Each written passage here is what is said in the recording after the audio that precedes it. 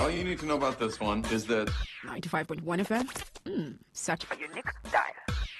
Whether it's happening in Port Harcourt, South South, Nigeria, or around the world, we've got you covered. On air, online, delivering balanced news and unbiased analysis. Today, 95.1 FM. This is Today, 95.1 FM, Port Harcourt. News. Thanks for joining us. Good evening. This is the World News on your premium talk radio Today, 95.1 FM, Port Harcourt. In the headlines, federal government orders vice chancellors to enforce no work, no pay policy on striking ASU members. First Lady Oluremi Tinubu pledges expanded vaccine coverage across Nigeria. On the foreign scene, founder of prominent Chinese underground church detained over alleged illegal use of information networks. I am Lucky Maxwell. The federal government has directed vice chancellors of federal universities to immediately implement the no work, no pay policy on members of the Academic Staff Union of Universities ASU participating in the ongoing nationwide strike. The directive was contained in a circular dated October 13, 2025 and signed by the Minister of Education, Tunji Alausa. Copies of the circular were sent to key government officials, including the head of the Civil Service of the Federation, the Permanent Secretary of Education, Pro-Chancellors of Federal Universities, the Director General of the Budget Office, the Accountant General of the Federation, and the Executive Secretary of the National Universities Commission, NUC. In the circular, the Ministry expressed disappointment over the continued industrial action by ASU, despite repeated appeals for dialogue. Alausa directed all Vice-Chancellors to conduct an immediate roll call and physical headcount of academic staff across their institutions, and to submit detailed reports indicating those present in performing their duties and those absent due to the strike. He added that payment of salaries should be suspended for any lecturer who fails to perform official responsibilities during the strike period. However, he clarified that members of the Congress of University Academics, CONUA, and the National Association of Medical and Dental Academics, NAMDA, who are not part of the strike, should not be penalized. ASU had on Sunday declared a total and comprehensive warning strike effective today. The First Lady of Nigeria, Senator Oluremi Tinubu, has reiterated her commitment to expanding vaccine coverage nationwide, declaring that the ongoing measles and rubella vaccination campaign in Rivers State will surpass all previous records in scope and success. Speaking through the wife of the Rivers State Governor, Lady Valerie Simnalai-Fubara, during the flag-off ceremony of the measles, rubella, and HPV vaccine sensitization campaign, organized under the Renewed Hope Initiative at the Banquet Hall of the Government House, Port Harcourt. Senator Tinubu said the campaign, implemented by the ROHI in collaboration with the Rivers State Primary Healthcare Management Board and international partners including WHO, UNICEF, JAVI, and Vaccine Alliance, aims to protect millions of children and women from preventable diseases. A statement from the press unit of the Government House revealed that Rivers State was among the fourth stream of Phase 1 states participating in Africa's largest ever health initiative, targeting over 106 million Nigerian children for vaccination against measles, rubella, polio, and HPV. According to the statement, the local rollout will commence in February 2026, reaching children aged 9 months to 14 years across the 23 local government areas of the state. Senator Tinubu highlighted the risk of the targeted diseases, describing measles and rubella as highly contagious and potentially deadly, noting that rubella can cause severe complications for unborn babies if contracted by pregnant women. Narrowing down to efforts by the Rivers State Ministry of Health, the State Primary Healthcare Development Agency, and the State's Task Force on Primary Healthcare, led by Deputy Governor Professor Ngozi Mma-Odu, Senator Tinubu noted how instrumental it had been in ensuring comprehensive outreach through an intersectoral approach involving education, women affairs, information ministries, traditional and religious leaders, and the security sector. In her goodwill message, the Deputy Governor, Professor Ngozi Mma-Odu, commended the Renewed Hope Initiative for its sustained impact in River State, noting that the measles, rubella, and HPV sensitization program marks a significant step in promoting public health awareness, particularly among women and children. Also, the River State coordinator of WHO, Professor Giwa Abdul Ganiyu, praised the collaboration between RHI and the state government, describing the campaign as a worthy step in the right direction, and reaffirmed WHO's continued partnership in achieving health for all. A federal high court sitting in Port Harcourt has fixed 14th of November 2025 to deliver judgment in a suit filed by the civil society organization known as Initiative for Freedom, Conflict Prevention and Social Integration, FRECON, over the legality of President Bola Tinubu's declaration of emergency rule in River State. Other defendants in the suit are the Attorney General of the Federation, River State Sole Administrator, River State Independent Electoral Commission, RISEC, and its chairman, as well as the People's Democratic Party, PDP. Members of FRECON are asking the court to determine whether, by the combined reading and construction of sections 197 and 198 of the 1999 Constitution of the Federal Republic of Nigeria as amended, the President can, under any circumstance or guise, create or invent the sole administrator or any other authority to oust, transfer, or transmit the powers of the governor in the appointment of chairmanship membership of RISEC. They are also contending that the court should determine whether, by the combined effect of the sections of the Constitution, the sole administrator, retired Vice Admiral Ibok Eteibas, an authority which they claimed is not recognized by the Constitution, in appointing electoral officials, has the statutory responsibility to appoint RISEC chairman and members of the commission to organize or conduct election across the 23 local government areas of River State. Today, FM Suchende Joe reports that the presiding judge, Justice Turaki Mohammed, fixed the judgment after counsels representing the parties argued and adopted their final written addresses.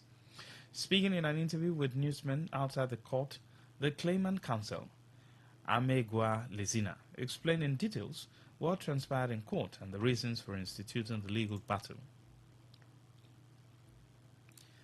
The leadership and personnel of the River State Neighborhood Safety Corps Agency, RIBNESCA, have also joined in describing as a welcome development the return of Governor Smaila Fubara as the democratically elected governor of the state.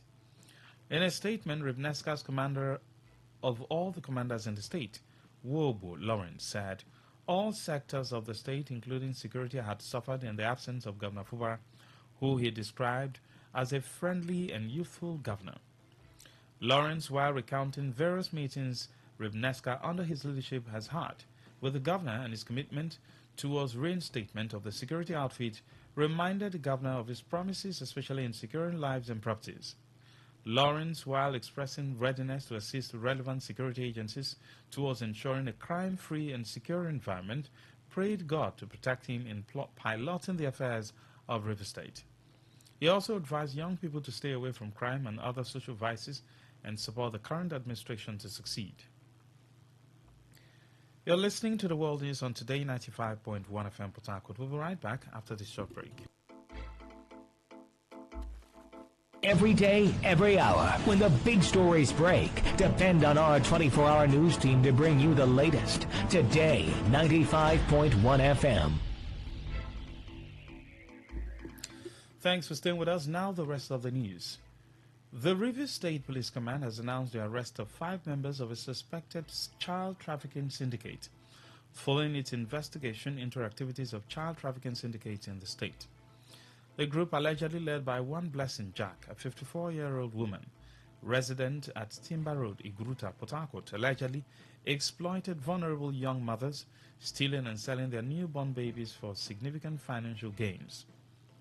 A statement by the spokesperson of the command, Superintendent of Police Grace Iringakoko, revealed that on October 9, 2025, operatives of the command attached to the C4I intelligence unit through technical aided policing arrested Blessing Jack at Igruta in Port Harcourt, and that conversation between Jack and one Mali Uburu revealed the syndicate's modus operandi.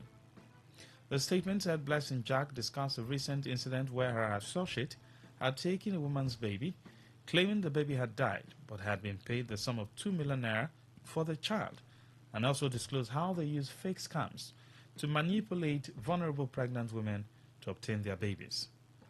Other suspects arrested include Chinonso Raymond, Chinyere Okore, and Nkechi Wankwo. SP Ringa Koko said a preliminary investigation revealed that Blessing Jack had previously been imprisoned in Calabar for 3 years for child trafficking, highlighting her long-standing involvement in the illicit business. She claimed that all the suspects voluntarily confessed to the crime, detailing their individual roles, and are currently in police custody, while an in-depth investigation has been launched to arrest other members of the syndicate and dismantle the network. A statement quoted the Commissioner of Police, Rivers State, CP Olugbenga Adepoju, commending the operatives for their diligence in investigating and apprehending the suspect. The statement assured that the police command will continue to work tirelessly to protect vulnerable individuals and combat human trafficking in the state, and appealed to the public to report any information that may aid in the investigation and prosecution of human trafficking cases. The Rivers State Ministry of Youth Development has organized a one-day sensitization and recruitment seminar aimed at encouraging young people to explore career opportunities in the Nigerian Army. The event, themed Beyond the Uniform, Unlocking Career Opportunities in the Nigerian Army, featured several activities including document and resume reviews for interested applicants, a panel session with serving and retired military personnel, a keynote lecture by senior officers and military career experts, and an interactive session with Army recruitment officers. In our welcome address, the Permanent Secretary of the Ministry, Ruhoma KJ, said the seminar was conceived to bridge the gap created by the high level of apathy among youth towards joining the military and to raise awareness about the professional and career growth opportunities within the Nigerian Army. KJ explained that the program was designed to create a platform for direct engagement between the Army and Rivers State youth to correct misconceptions, promote understanding, and also to make good use of the ongoing Nigerian Army 90 regular recruits intake. Sensitization seminar is therefore conceived to bridge these gaps by creating a platform for direct engagement between the Nigerian Army and Rivers youth to correct misconceptions, promote understanding, and inspire renewed interest in national service. Acknowledge and commend the Nigerian Army for the ongoing 90 regular recruit intake, which presents yet another opportunity for Rivers youth to enlist through a transparent and merit-driven process. This seminar therefore complements the Army's recruitment awareness campaign and aims to ensure that more young people from our state seize this opportunity. During an interactive session, some participants expressed fears and misconceptions about joining the military, citing safety concerns and perceived regional bias. My number one fear in joining Nigerian Army is that I'm going to die for free. The Nigerian Army, they're not being taken care of. Once you don't join the Nigerian Army, they don't carry you come here, you go get more enjoyment. They will carry you go that and pizza. Come to their own brother then, come inside. Why we go there before 2-3 days, they don't bury us in. The major fear I'm having to join is that their salary are very poor. The Nigerian government does not take care of the army. You look, some of them, they are tattered. And when they are dying, they are not dying for waste. They are not dying for the country. Nigerian soldiers, they don't need to give them rank, they don't need to promote them. They will remain in that rank till they die. Yes, I have done in the military age. There's a big difference, a big gap between those that come through the short service and those that came through regular. You keep applying and your names are not coming out. Not that you're not qualified. Addressing these fears, Major Belema Ajubokiri, representing the Nigerian Army's 6th Division Port Harcourt, assured the youth of fairness and safety in the recruitment and service process. We are here to change your perception and conception of the Army. I'm actually from Rivers State and I'm serving in Port Harcourt. And I want to tell you, I did not know anybody before I went to NDA. So I think as the program continues, we're going to clear a lot of things. And secondly, you don't die for free. The Army is the only organization that every soldier's life is insured. For any one soldier that dies, he has death benefits, he has insurance. On the foreign scene, the founder of a prominent Chinese underground church has been detained along with more than 20 of his members in a sweeping national crackdown. Police arrested Jim Mingri, who founded the unregistered Zion Church at his home in the southern region of Guangxi, along with several pastors in other cities, including Beijing, were taken into custody. Reports said Jean was detained on suspicion of the illegal use of information networks. At least 7 pastors, including Jean, who also goes by Ezra, may face criminal charges for illegal dissemination of religious information via the internet. Since Thursday, police have apprehended church leaders and members in Shanghai, Beijing. To end the news, as a summary of the major stories. I told you that the federal government has ordered vice chancellors of federal universities to enforce the no work, no pay policy on striking ASU members. You heard that the First Lady, Oluremi Tinubu, has pledged to expand vaccine coverage across the country.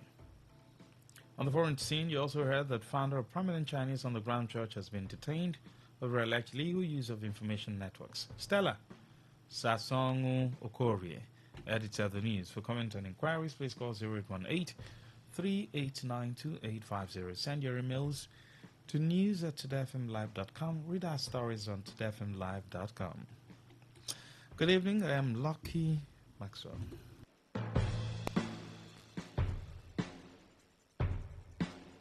Today's news, today's entertainment, today's sports, today's issues. Today on Today 95.1 FM, Port Harcourt.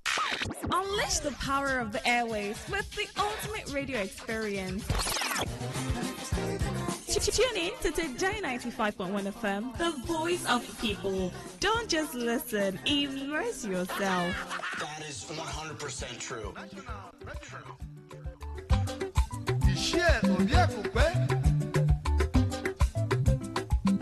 Second Vice National President Oliver Dikokwenekanono.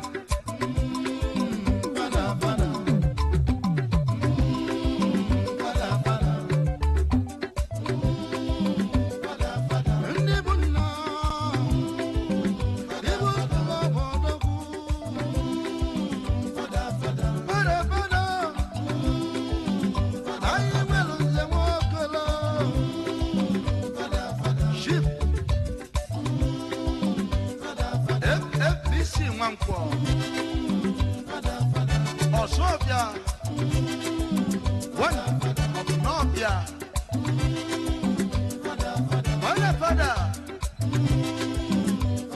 national patron, People's Club of Nigeria, Chipsi Ayokoye, Nakusia of Abatete, woman legal at the Basa,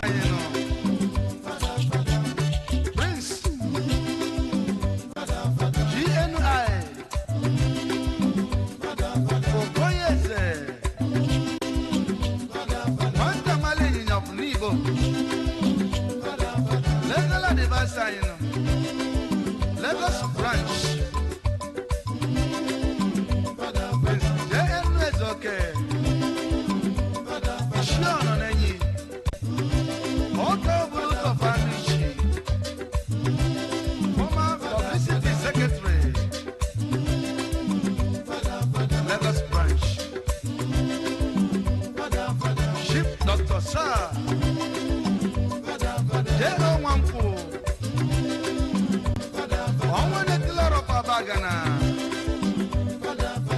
National Lodge Oliver Dikokwenekanono Chief Dr. A.E. Lodibe Obwebinna Yelugo Onwane Dealer of Newi National Patron Canadian Eligible Transport to Nanewi. The Canando one in Chief. Let see your Fordum. The Shio Palume. The Gangamichi. Executive member, you know. Chief CEO Ezagu. She is of Nokwa Balawaji. Executive member, you know. Ojiloswa Eddie Agua. His name is called Oliver the Cook Father. You know, when you say someone is a father, and another father. You had another father. You know what that means? That's father raised to power 2. For those who did indices and logarithm in school, that's father raised to power what? 2. And if your father raised to power 2, yeah, you go show walking. You go show walking where? You understand? You go show walking. They can't be calling your name like that. Just like that. No way. Guy, you go show walking. If you don't have money, don't go to such occasions. Don't step your feet there. Because if you go there and they spot you out, and they call your name, and then you are doing one kind. Okay, we'll come check for your purse. So we'll collect that bag from you. So if you don't have something in your hand, don't go to such occasions because they must call you. Big man, no be from out. Capacity, no be from out. You know, sometimes I wonder how we live in this country. We are a country of... this is a country where everything is comedy-like. I saw a particular area. They have big houses. I mean, when I mean big houses, big houses. And some of those houses might even be owned by some people who have tasted power. Some probably big businessmen. Some also have probably they are friends to those who are in power. And they are all driving big cars, which is good. But guess what? The road in that environment is so bad. As in when I mean bad. And they are all driving big cars in the, while they're driving, you will be seeing them dancing a willow. And I'm wondering, what kind of, which God created us? Is this the same God that created other human beings in the world that created us? Because, the way we behave in this climate, if you see road, when it's rainy season, like the kind of rain that fell yesterday, that's when you will know that, that will really have bad road. I went around town. If you see some areas, the water has already covered the houses. Like, you could literally have water on your waist before you enter your house. I'm telling you. So you just wonder, is it that our city is not well planned or what's going on? Well, we'll talk about that later. But we're a country of comedy. Enough comedy. Well, let me take this one, still from Oliver the Cook. Uwa. What does that mean? Can someone tell me? In this world, now what? We'll take that one and then we'll come back and then you tell me what's on your mind, like what's bothering you, what have been a source of concern to you. It's Today 95.1 FM. Sunny.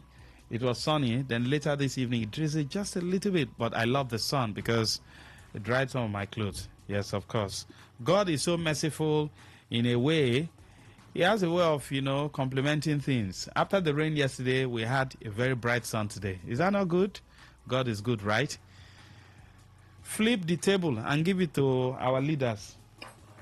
Flood will kill all of them. God forbid. You will be seeing rain back to back, but God is merciful. And like I've always said, God is merciful to the extent that He knows our capacity, what we can carry as a nation. So He doesn't allow those kind of things, tornadoes, volcanoes, to come to this end. What we have is the things that we can that are probably within our control. Hunger, poverty, flood, light issue. These are things we can solve, even though we have decided not to solve them. We'll take this one and then I come back to take your calls on what's on your mind. Stay with us, don't go anywhere.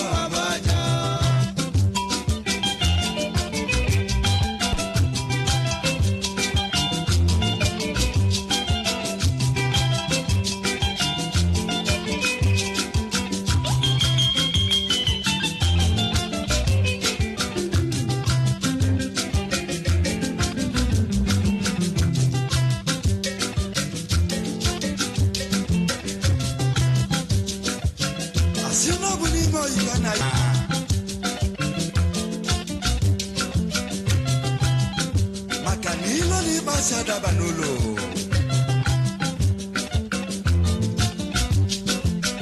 Oga masionye kasananya binenoa. Oye choludo kudoga dilio. Makano chibu kuganya labeni. Abu sibane. Nano nyabulu mwane. Oye chukubalo Christmas. Nyama balo munyao. Enu wacholo meyelo. Kama mwelo nyamalechi. Ana liako. Aquanabia. Okome. Ije.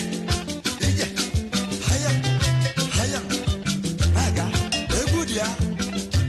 Hallelujah.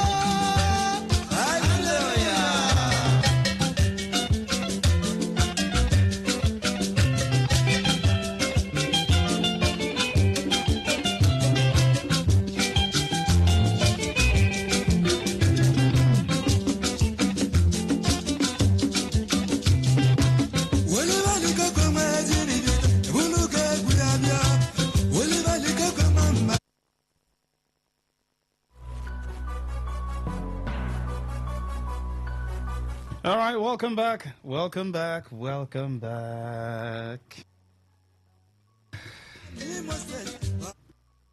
When you have this kind of song at the background, you know what happens? Of course, you know what happens. I don't need to tell you now, right? We've talked about it over and over again. Enjoyment is good. Don't deceive yourself. It's good for you to enjoy yourself. Now that you're alive, life is funny. I think there's a particular song talks about wow popo, as in the world is like popo, popo, but on the street you call it popo. It's popo, and then when popo is ripe and then it falls on the floor, what happens? It just breaks, it just scatter. I was at the mechanic today and I saw a particular car, Mercedes. That was is it an S class or C class? I can't remember, but man, this Mercedes, they shine like electric bulb. Now, guess what? That car was involved in an accident. I can't predict the amount now. That car should be more than 10 million naira. Now, the level of damage was unprecedented. It was something else. The level of damage. I think what the mechanics were trying to do was to cut off the parts that were damaged. As in, by the time they are done cutting off the parts that were damaged, what you will have is just the chassis of the car. In other words, if that car needs to be revived, they will need to buy those parts, maybe from Aba or from Newi or Lagos, to replace them, or Ikoku if they have them. And that's going to cost a whole lot of money. The owner might look at it and say, what's the essence? Sell off the chassis, get a new car. That car should be more than 10 million. What am I trying to say? You see this world, nothing there more. That car must have been used as a posing, in quote. The owner might have been posing. I'm not saying, for some people who own cars. Once they buy one small, they'll be posing on the street, even with bad road. They'll be posing with the car. But, that car is gone. And, of course, we live in a climate where those in authorities invest more in mundane things. Have you seen the kind of convoy our public officers use? Okay, somebody might say, Max, even if it's you, won't you use more than that? I can't say for now because I'm not there yet. Because if I tell you, I will not behave like you say, it's a lie. And if I also tell you I'm going to be far worse than them, you might believe it easily. But until I get there, right? But truth remains.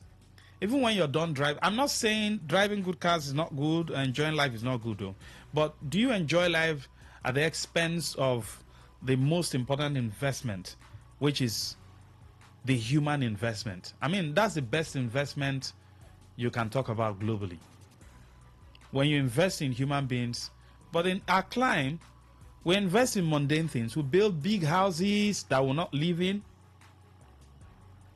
For instance, public people. I talk more about people who are in public offices, because for those who are in private offices, it's not my business. If they use their money to build mansions, that's their business. It's their private money. But for those who are in public offices, the money belongs to me and you. So I must talk about them every day, every night, morning, afternoon, evening, because the money does not belong to them. So you see people living lavishly with public funds, yet the human beings, things that has to do with human development, are neglected. I saw in the news where someone said they are promising they are going to do this, something that is their duty. They say they are promising. Anytime you hear a public official say he's promising to do anything, that is not the right language. When you're in public office, you don't promise. It is your job to do it. So even those of you who are followers who don't know, when you hear the president promised, the governor promised, the minister promised, that language is a wrong language. They are supposed to do it. They are entitled to do it. It is their responsibility to do it. So don't promise me what originally is my right. How can you promise me my salary when I don't work finish? You say they promise me, say for what now? Well, you can call me any name, but that's the truth. 0810-9510-951. What's on your mind? Let me hear from you. Good evening. Good evening to you, Lucky Maxwell. Robin Maja? It is life, not vanity. Life is vanity. I watched your video. Interesting one. Thank you so much. That is vanity. What's in my Lucky Maxwell? I've been pointing through day. Robin Maja, your line is breaking. Oh. Good evening. Hello, good evening, Lucky Maxwell. Yes, Dakuku. Yes, this is your best friend from Eche. Dakuku. Yes, from the only. Go ahead, sir.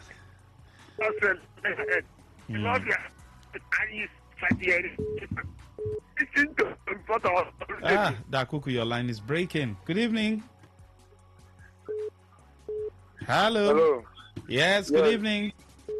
God bless you, my beloved brother. Good evening. Welcome. God continue to bless you for me. My name is Urini Sampson. I'm calling from the city of Oudua. Yes, please. What's on your mind? Yes, my beloved brother. One of the worstest plan I've ever seen. I don't know what my forefathers have done to the state government, called River State. If you should visit that land, my beloved brother, you will weep for my people. Don't blame me anytime I call. I mention in Magoku land. Don't blame me.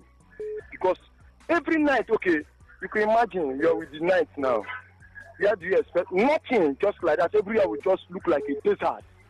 My beloved brother, a state called Garden City of this great nation, just based in this current dispensation, a place called God in heaven. See that place called that Boka Ufushu, and next the resources there. Do you know what we tap from? Eh? What have been sustaining this great nation? Is it not agric? Eh? Is it not agric? Or is it because we found oil? But go to that land. You wish for my people. That land I'm not using light for decades. Some people come to your studio to say they have not received light for 3 years, 4 years. But my people, decades, hospital, no. Thank you, not sir. Drinking water. Nothing. No police station. All right. Change. All right. Thank you, sir. Good evening. Hello, good evening.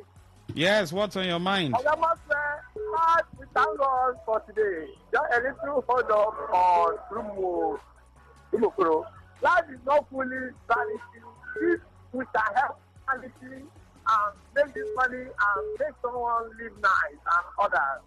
And the second one is that... No, did you listen to me, Akonuche? Did you listen to me at all? I'm sorry, I don't want to put things in order. That's what I'm saying. You didn't listen to me. There's a difference between hearing someone and listening to the person. But go ahead. So, that's how you put this in order and help humanity. If them talk, brother, you will just accept it as a brother with joy and with peace of mind. So what is in my mind is that if only government will give me the license to refine my oil and make sure I get credit for humanity over here, because our area here, it looks like people are suffering. There is no credit. So if they will give me a position, I have a little forest where there is no house. The government will understand my situation and give me a place. Thank you, Akonuche. Thank you. Yes, good evening. Go ahead. Brahman. I greet you, sir. Welcome. I am friend for you. I hear you. Welcome, Alpha. What's going on? I'm fine. Your voice they give me joy. And this laugh. Oh, my brother. What are we doing? Today, I don't want to talk about Nigeria first. But I was on my television this morning, towards afternoon. We are watching Al Jazeera and BBC, CNN, watching Israel, Gaza, the Palestinians, and Israelis released. I listened to Benjamin Netanyahu, the Prime Minister of Israel, all the shower and all the praises he was praising Donald Trump today. 90% of Gaza is gone. Close to 70,000 persons killed. I just wonder, in 2 years, I ask myself, what kind of world are we living?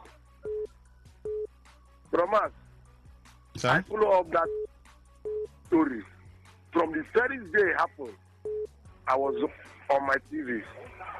I saw everything.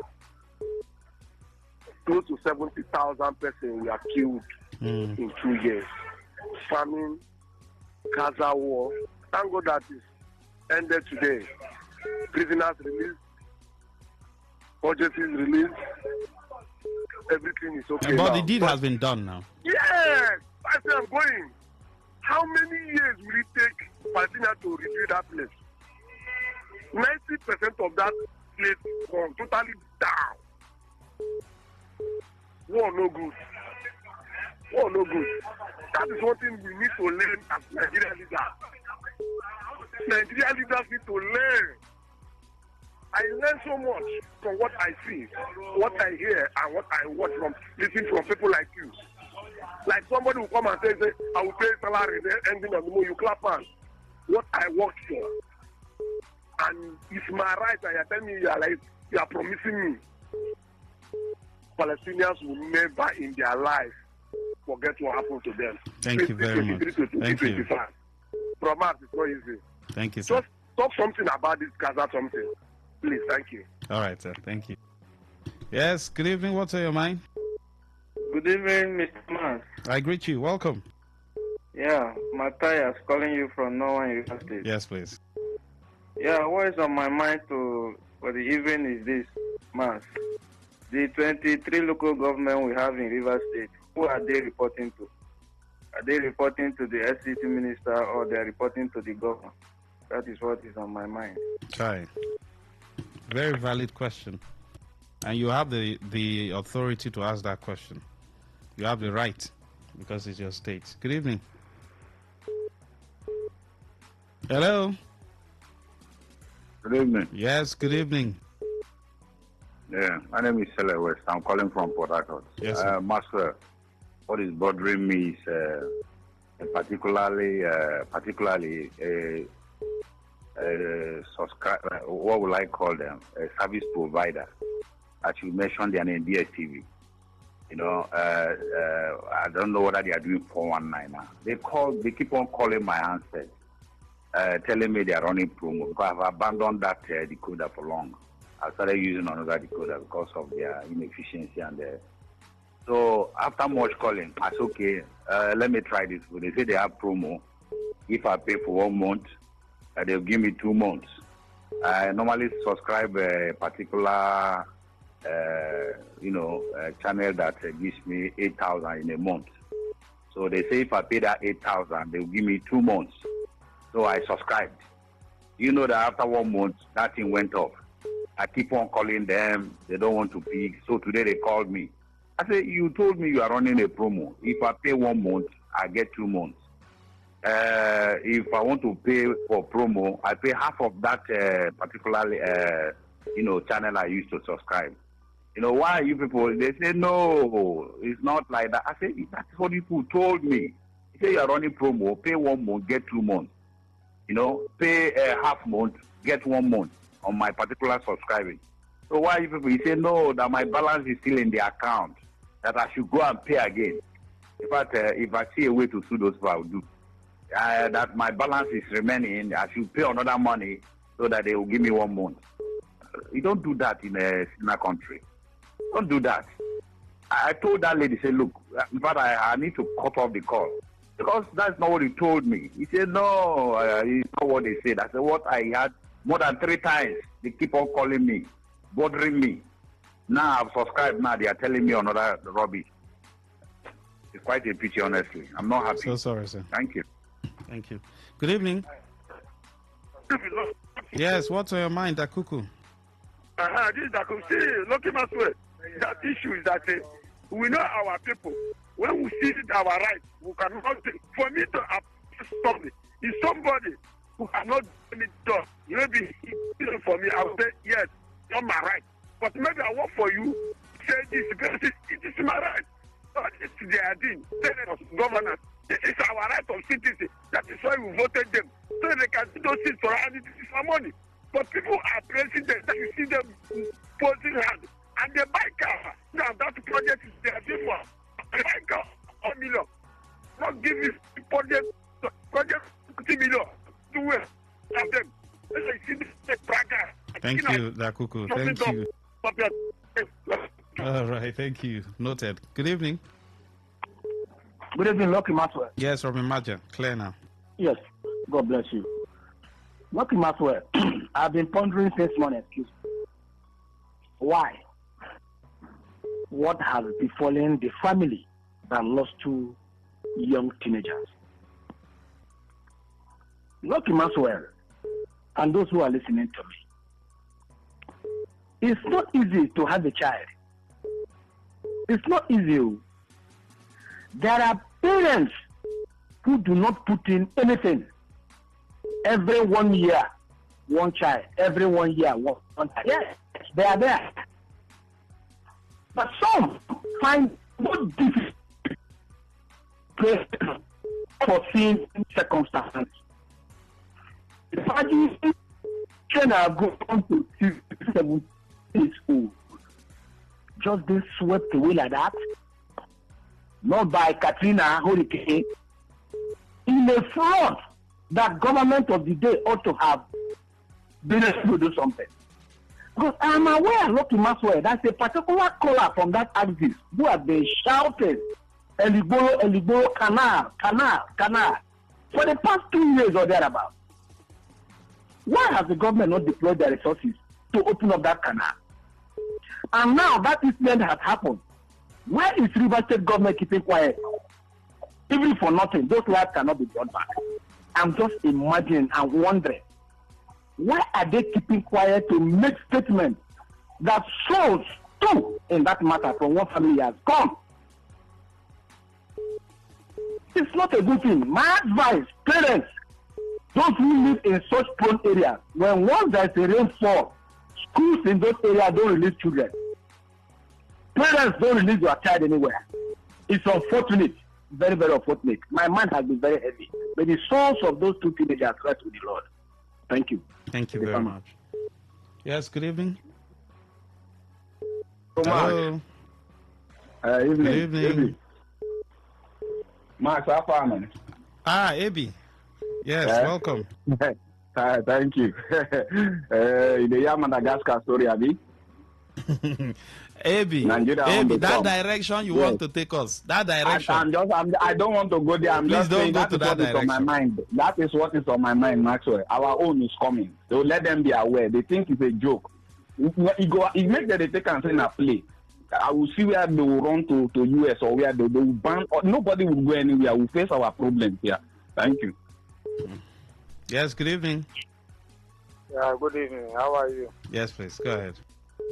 Yeah. 10 billion. 10 billion, good to have you. Go ahead. It's in my mind, yesterday I've been shocked.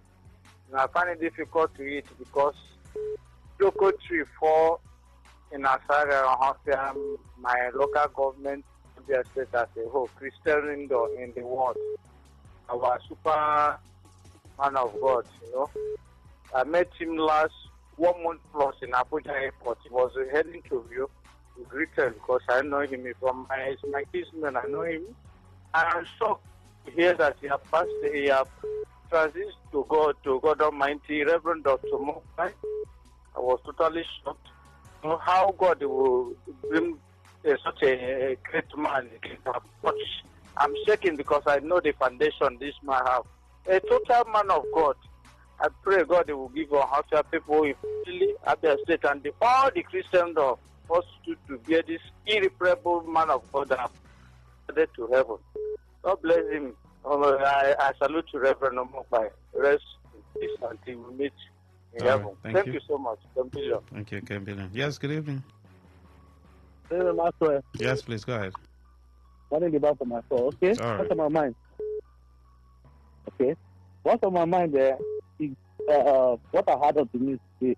Federal government telling victims not to pay any lecture that impact on side. So sometimes we are away from Nigeria and our system of education. And I believe that some of the victims will remember or directly.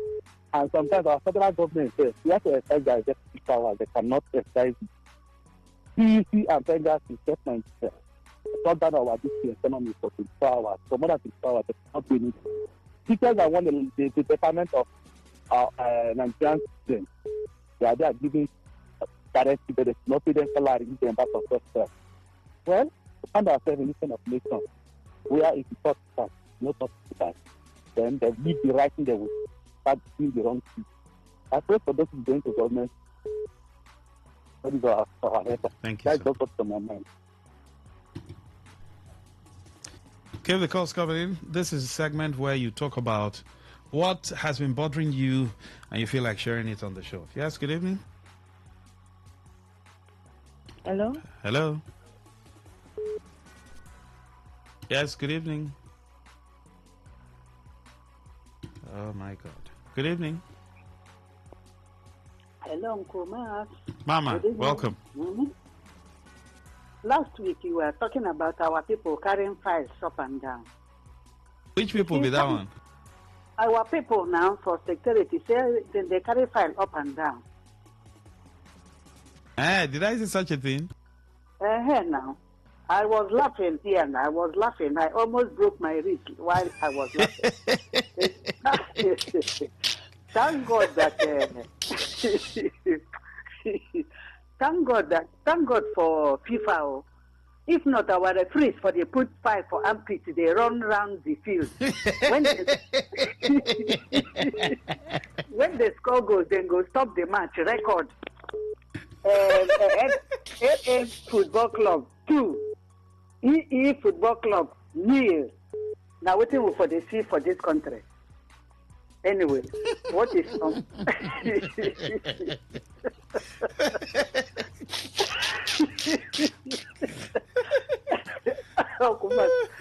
what is on my mind tonight is just a few days ago, President Bola Ahmed Tinubu granted the prerogatives of mercy to some inmates or some prisoners, out of whom 30 are hardened criminals. And these people will come back to be reintegrated into the society to continue from where they stopped. But what are we talking about? Is it good? Well, I did this country, we did this country, make we watch. Thank you. Thank you, ma'am. Yes, good evening. Hello, good evening. Welcome. Go ahead, sir. 18 is my name. All right.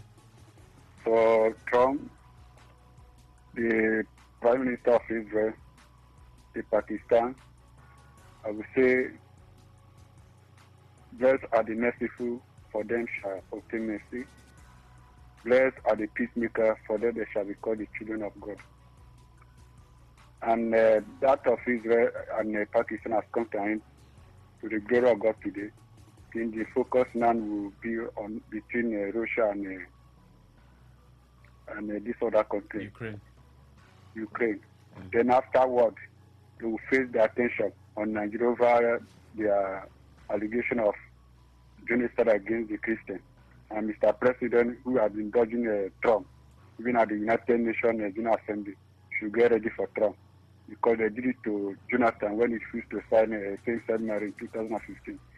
So for the amnesty and the prerogative of mercy extended to harder criminals, drug pusher, like a father like son, and all these people that don't deserve to be pardoned.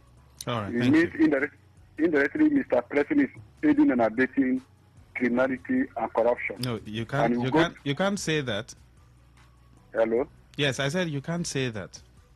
Even they have. How can you say somebody that kidnapped somebody, that killed somebody? Is because of 2027 when the man is losing popularity among the people, so you use another way to gain popularity. Do you think this will save in 2027? Jonathan did in 2014 and 15. Alamisi and Hamza Mustafa is still failed. So, in as far as the people hold the structure, and for PDP, they want to destroy PDP. Using which they want to, because they want to make PDP unattractive to any candidate that will contest under the platform. Thank you very much. All right. Max, what's on my mind is the 20,000 that the principal of CSS Alu is collecting to admit students to SS1 class. She claimed government sent her. My son is home, not going to school because of 20,000 naira. Government should come to our aid. Mama Ijima from Umuike. I heard the principal's name is okay. Now, regarding, you see this issue. It's just like when parents complain about, even in private schools, that they are being extorted. Ask a simple question. If you have 50 children in a particular school, and let's say some have 2-3 children, and all the parents come together and say, we are not going to pay so and so, will the school come to your house and put a gun on your head? One of the major problems we have as a people is that we are not united. The people are not united and speaking in one voice. When they say, okay, pay so amount of money, you see some people will be paying. They say, I don't want problem. I don't want my children to stay at home. Then the ones who don't have, what do you expect them to do? What is the essence of PTA? Even in these private schools, when they go for PTA meetings, they go there and talk about fashion, what their children were supposed to wear for the last party they organized. That's what they go there to discuss.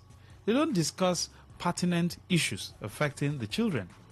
So parents, you guys are also responsible for what's happening in the system. How? Indirectly, in the sense that someone says, oh, pay this amount of money. And all of you cannot come together and take a stand. That is how countries that you have seen that have been built, that's how they behave. As a government country, which government? Government never clear flood to come to your aid for that side. Let me take more calls. So parents should learn how to come together. Come together and take a stand on something and say, this one, go happen. And definitely this will not happen. Okay, let's see who will pay the money now. If you are 20 parents, for instance, and you say nobody should pay 1 naira, where will the money come? Okay, they will chase everybody home. Oh yeah, let them chase everybody home. What's on your mind? Send in your messages.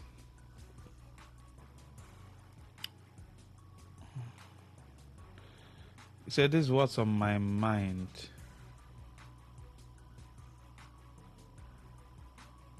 Please, can you resend the message? You can copy it and paste. Thank you. And then if you're sending a lengthy message, I think if you put it in paragraphs, it will help. 1, 2, 3, 4 lines, 1 to 3 lines, 1 paragraph, 2, 3 lines again, 1 paragraph. So it will be easy for me to read, please. We are also human beings. Thank you. Melaya and ADC, I strongly concur with their views. How on earth would you pardon convicted murderers and drug pushers? What message are you then relaying to the Western world, and how would they see Nigerians?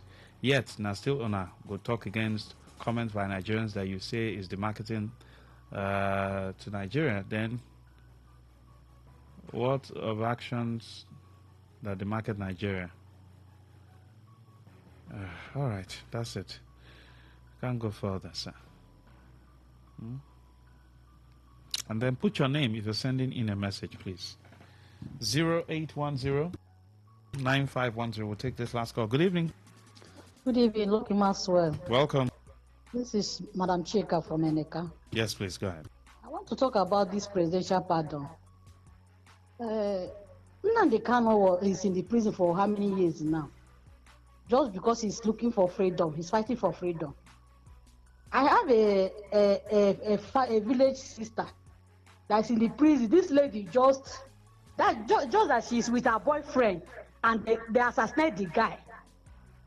They took this lady to prison, sentenced her for life imprisonment for no reason. So the only thing this man can do is just to grant criminals, assassins, kidnappers pardon. Even dead man pardon. It's unfair.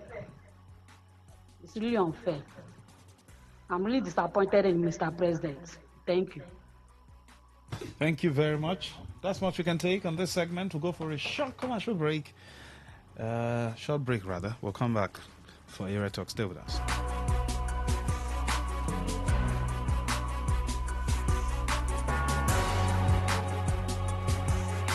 Okay, all right. All you need to know about this one is that 95.1 FM. Such a unique style. Today's news in 60. Dangote Cement has officially launched its operations in Ivory Coast.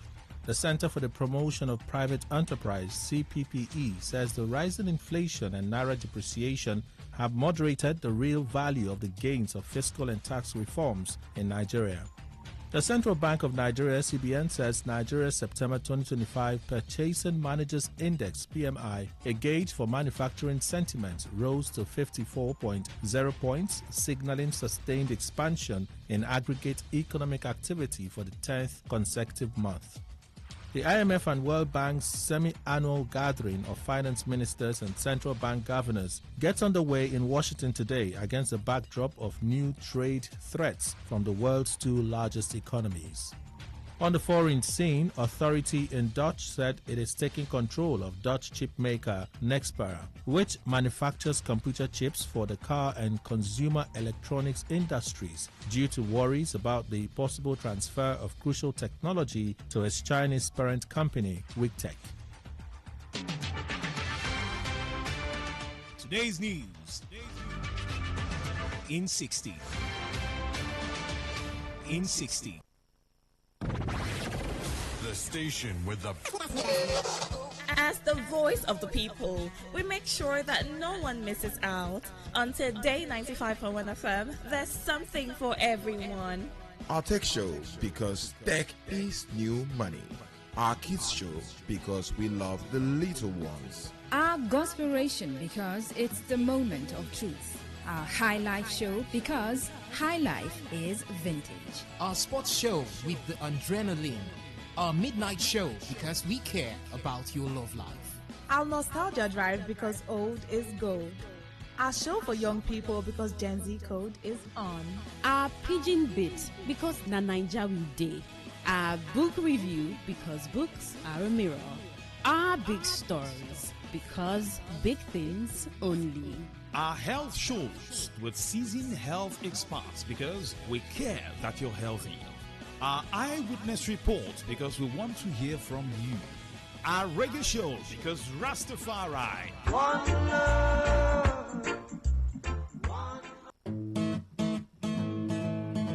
You may not realize it, but do you know you can always show your love for others with simple gestures? Here are some of them.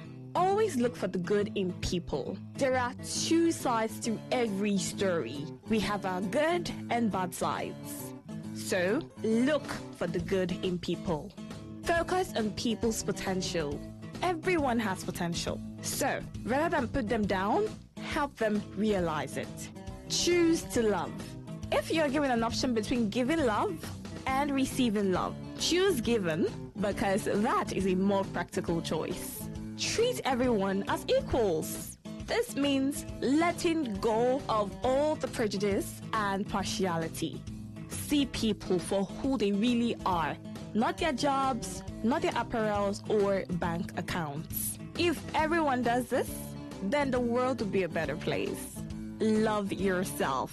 You cannot give what you don't have. So, before you try to love other people, love yourself first. Forgive. We all make mistakes. So, whether it's a family or a stranger, the best way of showing love is forgiveness. Everyone deserves a second chance. Show compassion. Care for other people. Care for what they are going through. Do what you can to help. Give back to the community. Remember that a single drop of water can cause countless ripples. That donation, no matter how small, can inspire others to do the same. Smile, even to strangers. Remember that you're never fully dressed without a smile. So, do not underestimate the power of a smile. Not only does it lighten up your face, it will also brighten up another person's day. Be the spark of positivity you want to see. When you smile, the whole world smiles with you. This message is brought to you by Today95.1 FM, the voice of the people.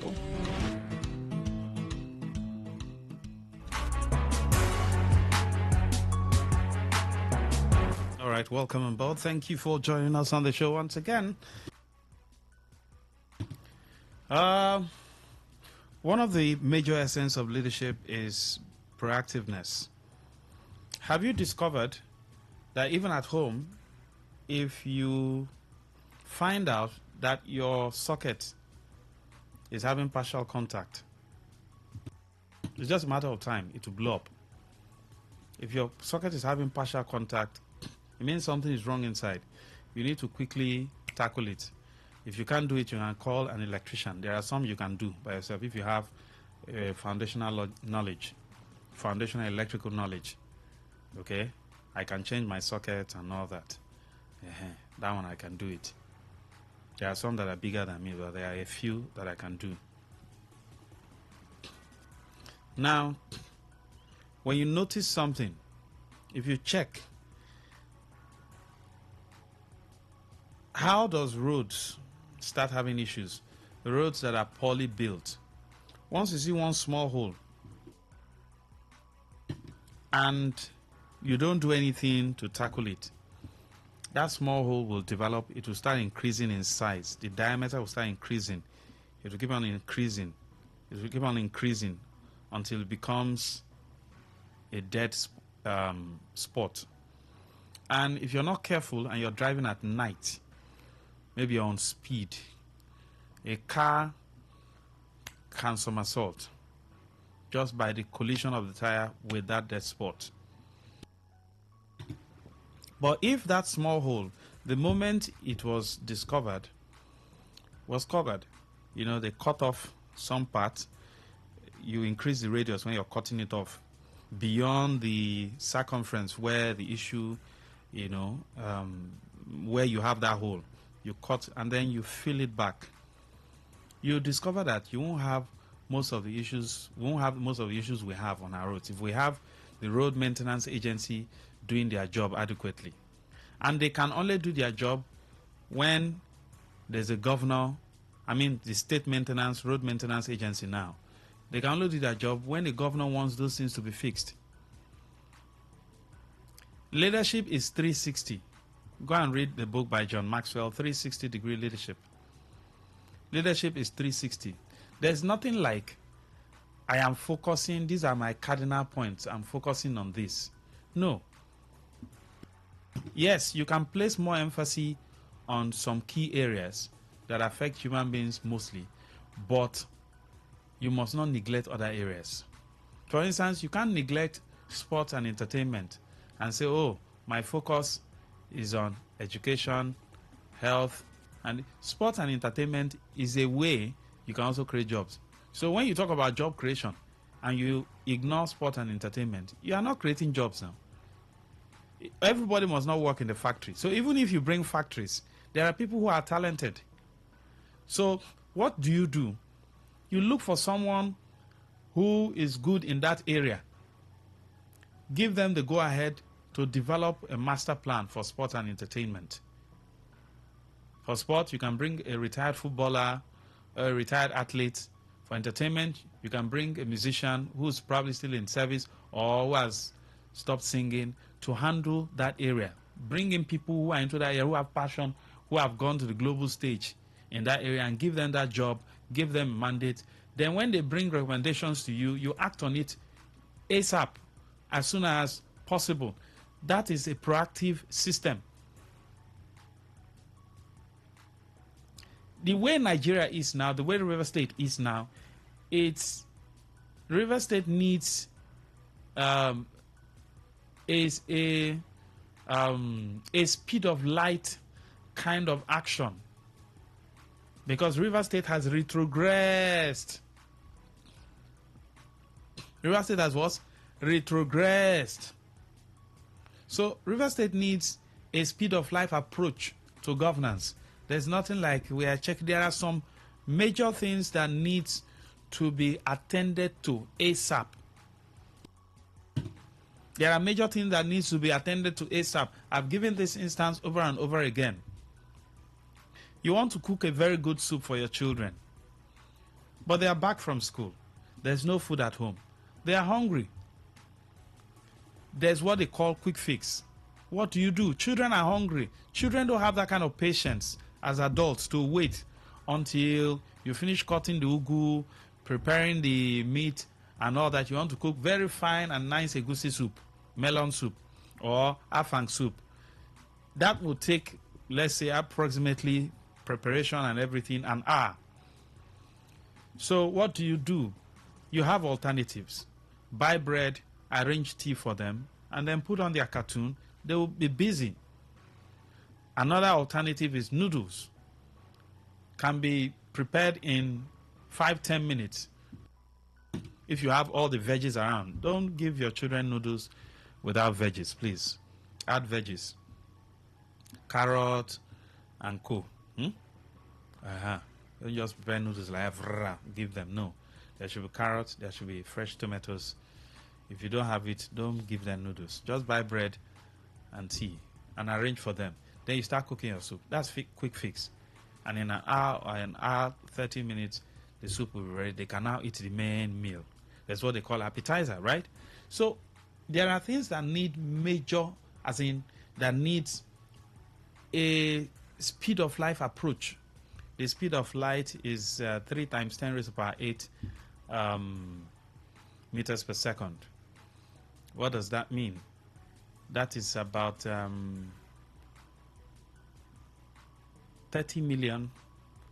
The velocity is the unit. The SI unit is meters per second. So they use that as the SI unit, System International Unit, to measure speed, which is velocity, right? It's 300 million. That's by the time the speed it's been measured. Once you on your electric bulb, the speed at which light travels, that's what it means. It's 300 million meters per second. That is the kind of approach our governance needs, not the slow type. I'm going somewhere. Slow type. Without any form of say, you don't like somebody, that's why you're talking like this. I don't want to go into much details. But the kind of approach, the kind of governance approach we need now is the speed of life approach. Speed of light is 300 million. So in short, in physics, you put it 3 times 10 raised to power 8 meters per second. That's the kind of speed we need for our governance approach now, because a lot of things are begging for attention, right? There are some of these things that will take the lives of humans. You attend to those ones quick. You don't speak English. You know what? You don't speak English. If your children are crying, you don't speak English, right? You do this thing I've just given you now. You use the approach I just gave you now. Sharp, sharp, sharp, sharp. You prepare something sharp, sharp, because children will wail and scatter everywhere. The whole neighborhood will know that your children are around. They just came back from school. That's why children will wake up. The first thing is, I want to eat. You say, come and brush your mouth. No way. You have to force them to brush their mouth, to brush their teeth, and you cannot give them food. Right? Because that's why they are children. A child can wake up at 2 a.m. and they want to eat. They are children. There are things that are begging for urgent attention in our state. Let's not go far and say Nigeria. Nigeria is big. Even though when people come up, they say Nigeria is too complicated. And you have someone presiding over 50 states. And one state in the US is bigger than Nigeria. So you ask, how are they doing it? They put in structures. No system can grow without structures.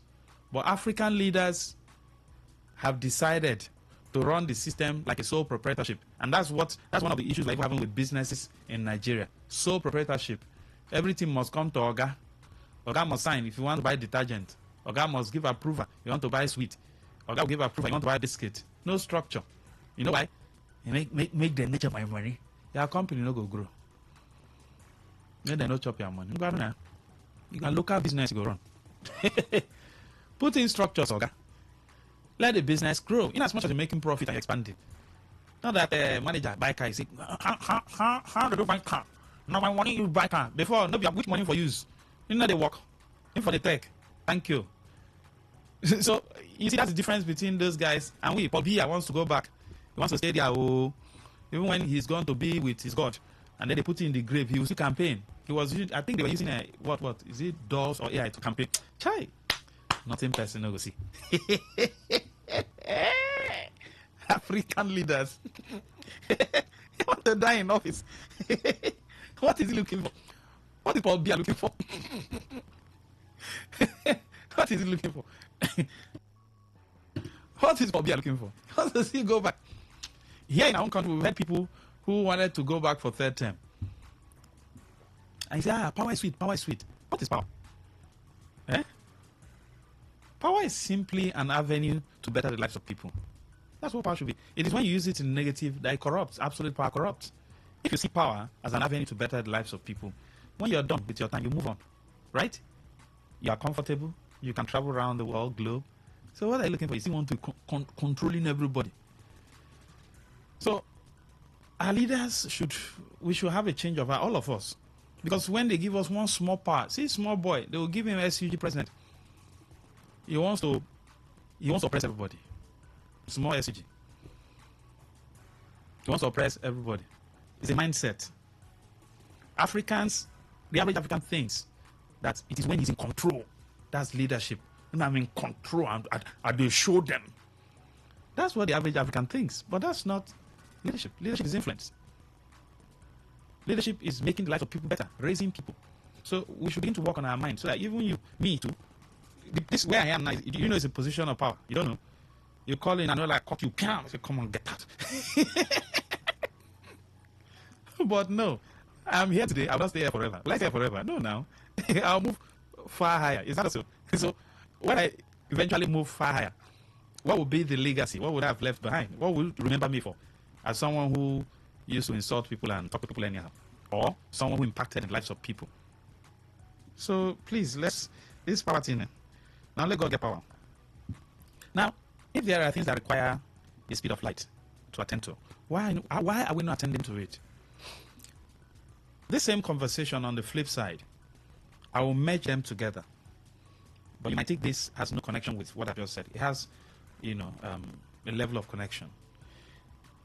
The process of conceiving. I've talked about some of the issues we need to attend to proactively that could take lives, right? When those lives are lost as a result of our negligence, for instance, you saw a naked wire in your house, in the compound, and you fail to attend to it, and then someone, a child, or even a teenager or an adult, usually children are very curious. They touch the wire and the child dies through that process. And then people now start donating money and now doing condolence. It will bring the life of that child back. Am I correct? And you should also know that the process of conceiving a child is not easy. Yes, some people can just meet a woman, they conceive. For some people, it's not like that. In fact, let's even talk about the process of pregnancy for 9 months. The first 3 months, which is the stage where the organs are developed. The first trimester. It's not an easy stage for a woman. The man has just deposited the seed and has forgotten. But for the woman, it takes a lot of process. For the average woman who gets pregnant, the first trimester is very tedious. She might not be able to eat. She might be vomiting. It's not so for everybody. It differs. That's why I said for the average woman. Dr. Chris will understand better. For some, they might not be eating. So then they pass the first trimester. They enter the second trimester. That's where the organs of the child, it has moved from embryo to fetus, and then the hand, legs, every other thing starts growing gradually. Then the third trimester is maturation stage, where those organs start maturing. That's why there's a stage you get to, if the child is being delivered prematurely, they will have, if the lungs is not done in terms of maturity, they will have to put the child in an incubator so that the lungs can mature properly. For instance, if you do 28, 29 weeks, they have to put the child in an incubator. But at least if you get to 36, 37 weeks, yes, the child can be born, everything mature. But finally, 40 weeks. So you go through that process and you give birth to a child. And that child is growing up, gets to a certain level, and then, but either by error or whatever, due to emergencies, that child died. It might be fire incident. It might be flood, which is a major issue we are focusing on. Just like the two children who lost their lives, 16, 17. At that stage, you are happy that that child will soon get into the university, right? As a parent. And then suddenly their lives were cut off. Not by events that you cannot understand. These are events, or these are incidences that would have been avoided. And one of those incidents is flood. So let's look at the proactiveness of our government in solving certain problems as soon as possible to avert cases of that nature. So 2 children have died just like that. Now I heard the house member visited, gave some money, and condoled with the family. Now you can't feel what that family is feeling because you haven't lost your own child. The money will not bring back those children. The woman might have aged past the age of menopause and might be difficult for her to start. How do you start going back to serving children? Now, even if you say you want to pay for IVF, for her to do IVF, what about the emotional stress she will have to go through? How do you explain that? Flood, which probably not the kind of Hurricane Rita, Hurricane Ogechi, Hurricane Justina that happens in those countries. Those ones sweep houses away. What happens here is something that we can control, something that is within our control, with the modern technology, with building patterns that are well coordinated. We can avoid some of these issues. Am I correct? The natural disasters we have in Nigeria, they are something that we can control. The ones over there, cyclone and the rest, government can control it. But government still, when they sense it, that such a thing will happen, the scientists will give area of coordinations or area of coordinates, if you did coordinate geometry, where the whatever will flow through. What the government will do is to evacuate human beings from those areas. Cars, houses can be replaced. Life can't be replaced. So what they do firstly is the mitigation they do is to ensure that they save lives first. So they will create another camp, evacuate everybody from that city or from that county or from that community, send them elsewhere. That's if their scientists were able to, get the coordinate areas through which the cyclone or whatever will go through. Except for those that just happened just like that. The scientists were unable to detect. If you look at the flood issues in 1 year before the flood will start, warnings will have been sent. We'll read it here.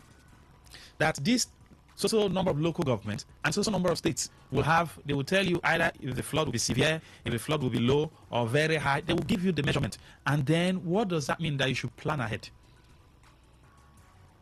One of the major issues we're having within our city, I went around yesterday. The rain beats me well. Maybe small. That's why if you check, my nose is it is well with my nose. You will discover, I discovered something, that the underground drainages are all blocked. They are blocked. Now, manholes have been removed across board. Then some of the chambers are not covered. I've talked about the one at NTA. I've been shouting, that thing has been there since 2015 or 2016 thereabout. It's been there. That chamber has been open. That is not even manhole, it's the chamber.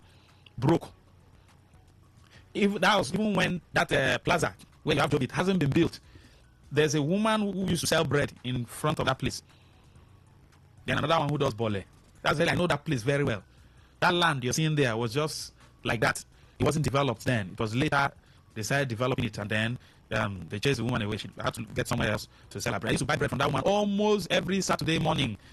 When bread was cheap, better bread though. Buy bread 250, 300. Then there's another one I used to buy akara from. The big akara. All this nonsense we're eating now. I go home, arrange pap with tin of milk. 10 tin of milk was how much? 100 naira, 120. I could afford it very well. I don't usually take sachet milk before. Let me not digress. Just to tell you when we're enjoying a little bit. Even then, so we're still crying that something, somehow. Then Nigerians are saying, change. Nigerians do not define the change they wanted. Change came now, and they got change. Go to some areas, you see that the chambers are all off. Now, when you have that kind of heavy rain, what happens is that water just gushes out of those chambers like a volcano, a volcanic-like pressure. Now, somebody might not know, a human being might not know. Once you put your leg in that kind of chamber, you are gone. The water will carry, because the speed with which our water flows is something else. That person is gone. If you walk along Boba, if you get to areas like from that mini transmission station on both ends, you're going to see as though you're going to Dominion City. You discover some manholes have also been removed. Check, anytime it's raining heavily, water will be coming out. It will have that volcanic speed-like arrangement. So it will just be gushing up. Now imagine that speed, and someone is trying to navigate, and then you suddenly put your leg, you are gone. Even if the person is an adult, let alone children. Why do we wait until lives are lost? Then we'll pay condolence visits, we'll give rice, we'll give noodles, and we'll give money. In some cases, if just like what happened to that family, that 2 children, they are gone forever. If you give them 200 million, for instance, I'm just saying for instance, will it be able to ameliorate the pain they're feeling? Not one, even one, okay, why am I talking like this? Even one child, can you compare one child with a billionaire? No.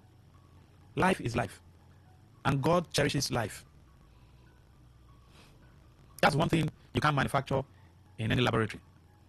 Even when you do IVF, you still need spermatozoa and the egg. Can you create sperm? No. Can you create spermatozoa? No. So the doctor still needs what God has created. That's the first stage of life for fertilization to take place. So if you say, I can just do IVF, or you're going to use what and do it, you need sperm and what? So when human being dies because of something we neglected, I gave an instance earlier. You have a small hole. You built a particular road, and then small patch just started getting spoiled. You won't fix it. It will degenerate. The circumference, radius, call it whatever, will start increasing. Gradually, it will increase. Then when it starts raining high, it will now be eating up. It will be increasing. It will go in deep size. Width, the width will be increasing. The length will be increasing. It will be going just like that until it becomes a death trap. A car can run into that place somersault. People will die. Sacred Flame International Church presents Anniversary of Praise 2025. Theme: The Fragrance of Triumph. Date: Wednesday 15th to Saturday 18th of October 2025. Time: 5 p.m. daily. Thanksgiving: Sunday 19th of October 2025. Time: 9 a.m. prompt. Venue: Church Cathedral 169 NT Road, opposite Sarah House, Mboba, Port Harcourt. Ministry: Pastor Kinsley Innocent, Bishop Tochukwu Yasara, Bishop Yemi Sijola. Ministry in song: Pastor Confident Afoma, and the host, Bishop Eddie Amen Obunda. Bishop Eddie Obunda is my name. You are all welcome to this wonderful program. You are like to be the same as your tent in Jesus' name. Amen. For inquiries, call 080-331-0369 or 080-388-5372. Jesus is Lord forever. 95.1 FM. And we're back. Yes, of course, we're back after the commercial break. So, if that particular spot you don't know and you're driving at night, you can hit it with that speed, and the keke or minibus or normal saloon car can go off and people will die. Then you will now see a road maintenance agency or the governor will now give a speech and say, I have empowered them to go there and fix it immediately. Whereas lives have been lost. Why didn't we fix it? Why do we wait? As Africans, as Nigerians, as people, why do we wait until lives are lost? If it is a car, we can contribute money and buy a new one. If it is a house that was even burnt, even though it's not in the habit of the government to ameliorate such pains, when people's houses were, are burnt, you don't see government most times. Maybe private individuals are the ones who even go the extra mile in building new houses for such people. But life, once it is lost, government can bring the life back. Private individuals can't do that. It is only the celestial being that has the power to do that, and it is within his prerogative to do it. If he doesn't want to do it, there's nothing anybody can do. So why do we wait until lives are lost before we start fixing things? And then we speak a lot of grammar and English. Instead of going all out in action to fix the thing, we constitute committees, we do first meeting, second meeting, third meeting. Let me go to the House of Assembly members. These things that are happening are within their domain, are within their constituency. Whether right or wrong, we had monies were given to them, right, for constituency project in the last emergency system. Governance in this climb is they run government as though it's a secret affair or a family affair. Whereas they don't know that what they are dealing with is public fund. Even the citizens don't know that for everything that happens in government house, except for security issues that maybe might be classified, so you don't let it out for security reasons. If not, averagely, citizens are supposed to know how their monies are spent. Citizens are supposed to know when money goes into someone's pocket. You see our governors donating money here and there, and people are hungry, and there are emergency issues to deal with. And you see people applaud it, and they say nothing is wrong. So even you who is talking, you look very stupid at the end of the day. Unfortunately, you look very stupid because we know how governance is run globally, and we talk based on the global standard of governance.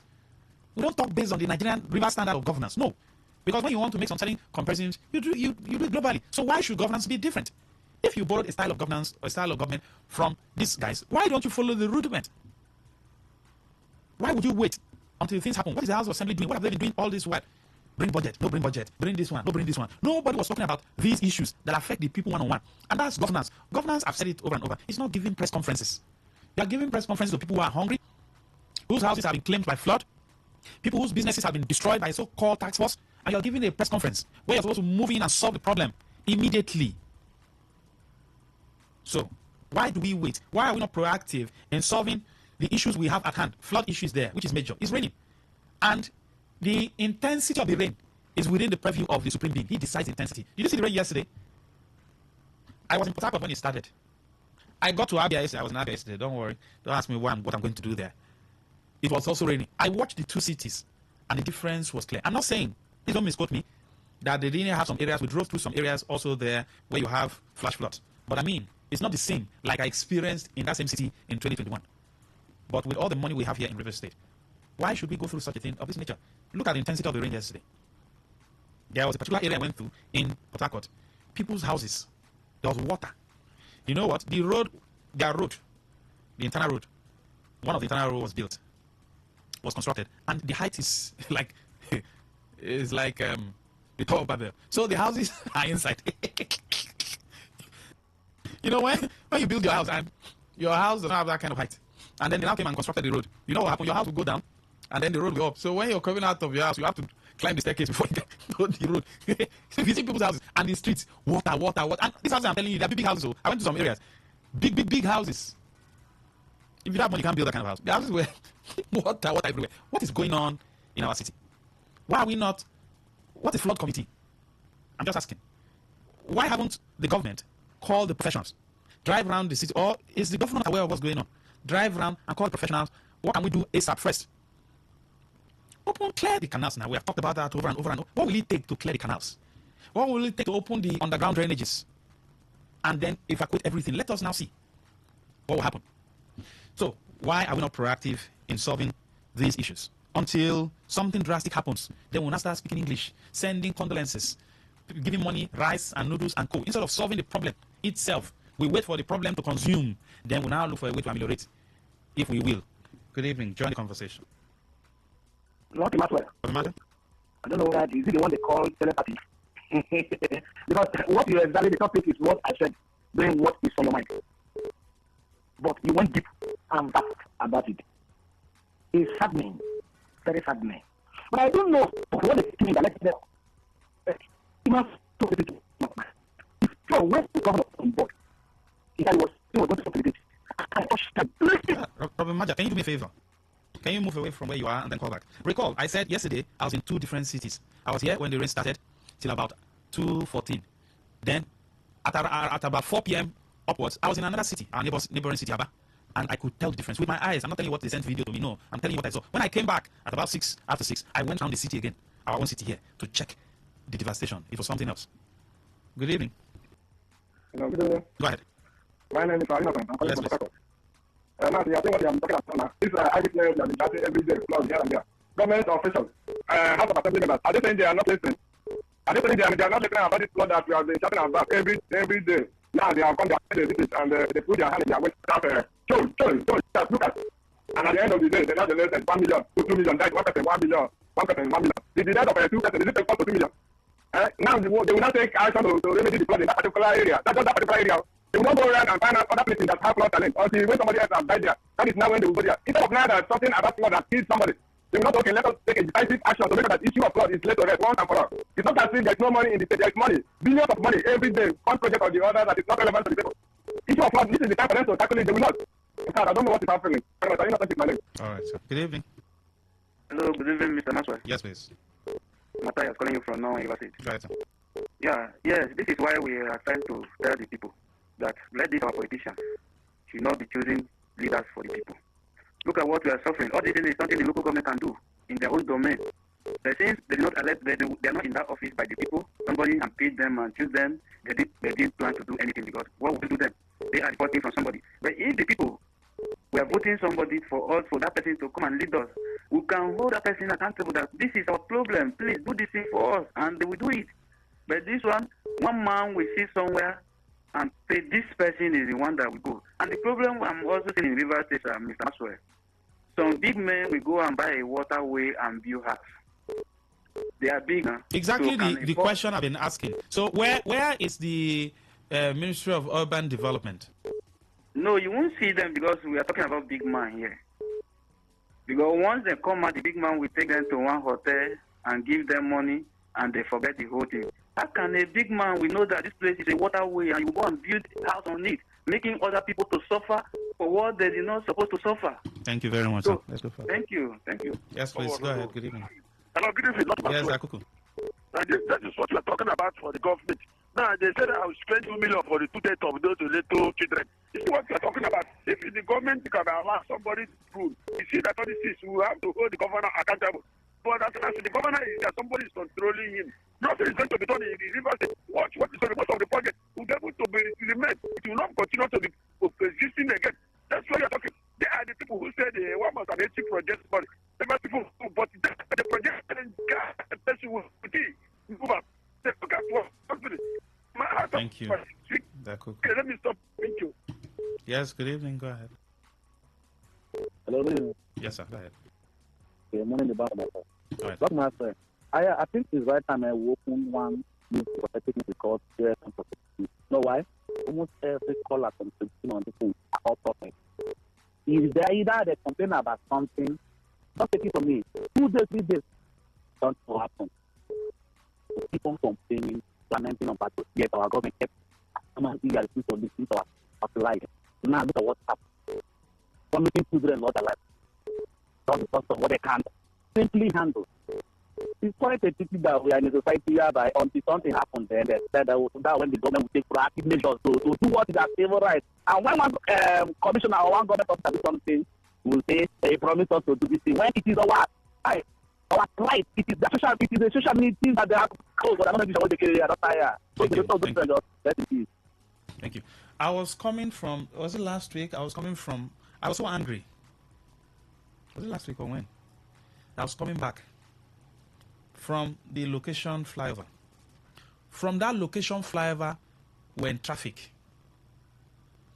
Heavy traffic caused by that bad spot at Dominion City.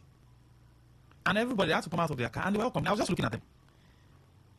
They were all angry. These are things that in a week, government can solve that problem.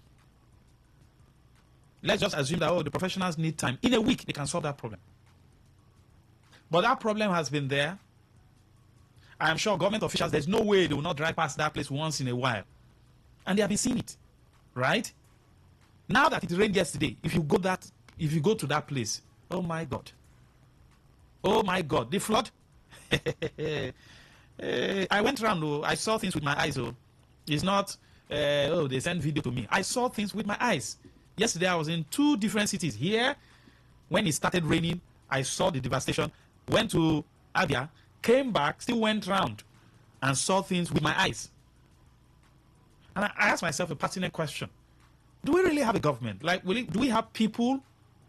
Can't they see these issues? Are these problems unsolvable? Don't we have money to solve this problem? Good evening. Dr. Maxwell, network is so friendly. Yes, sir. And I complete. Dr. Maxwell, I don't know whether you are aware There was a problem sometime around just in Aba Road. The same water problem in Aba Road at St. John's. Before you climb to Garrison, if you are going to park, that problem was solved. There was a problem in Aba Road around First Bank, Market Junction in Roma there. The same water. That problem was solved. They opened up that place from that place to that creek. So what are we saying? Instead of that dancing and driving around, the government of River State under Tilfobara should be proactive. What is what you need to do? Open this important. Thanks one book to replace it.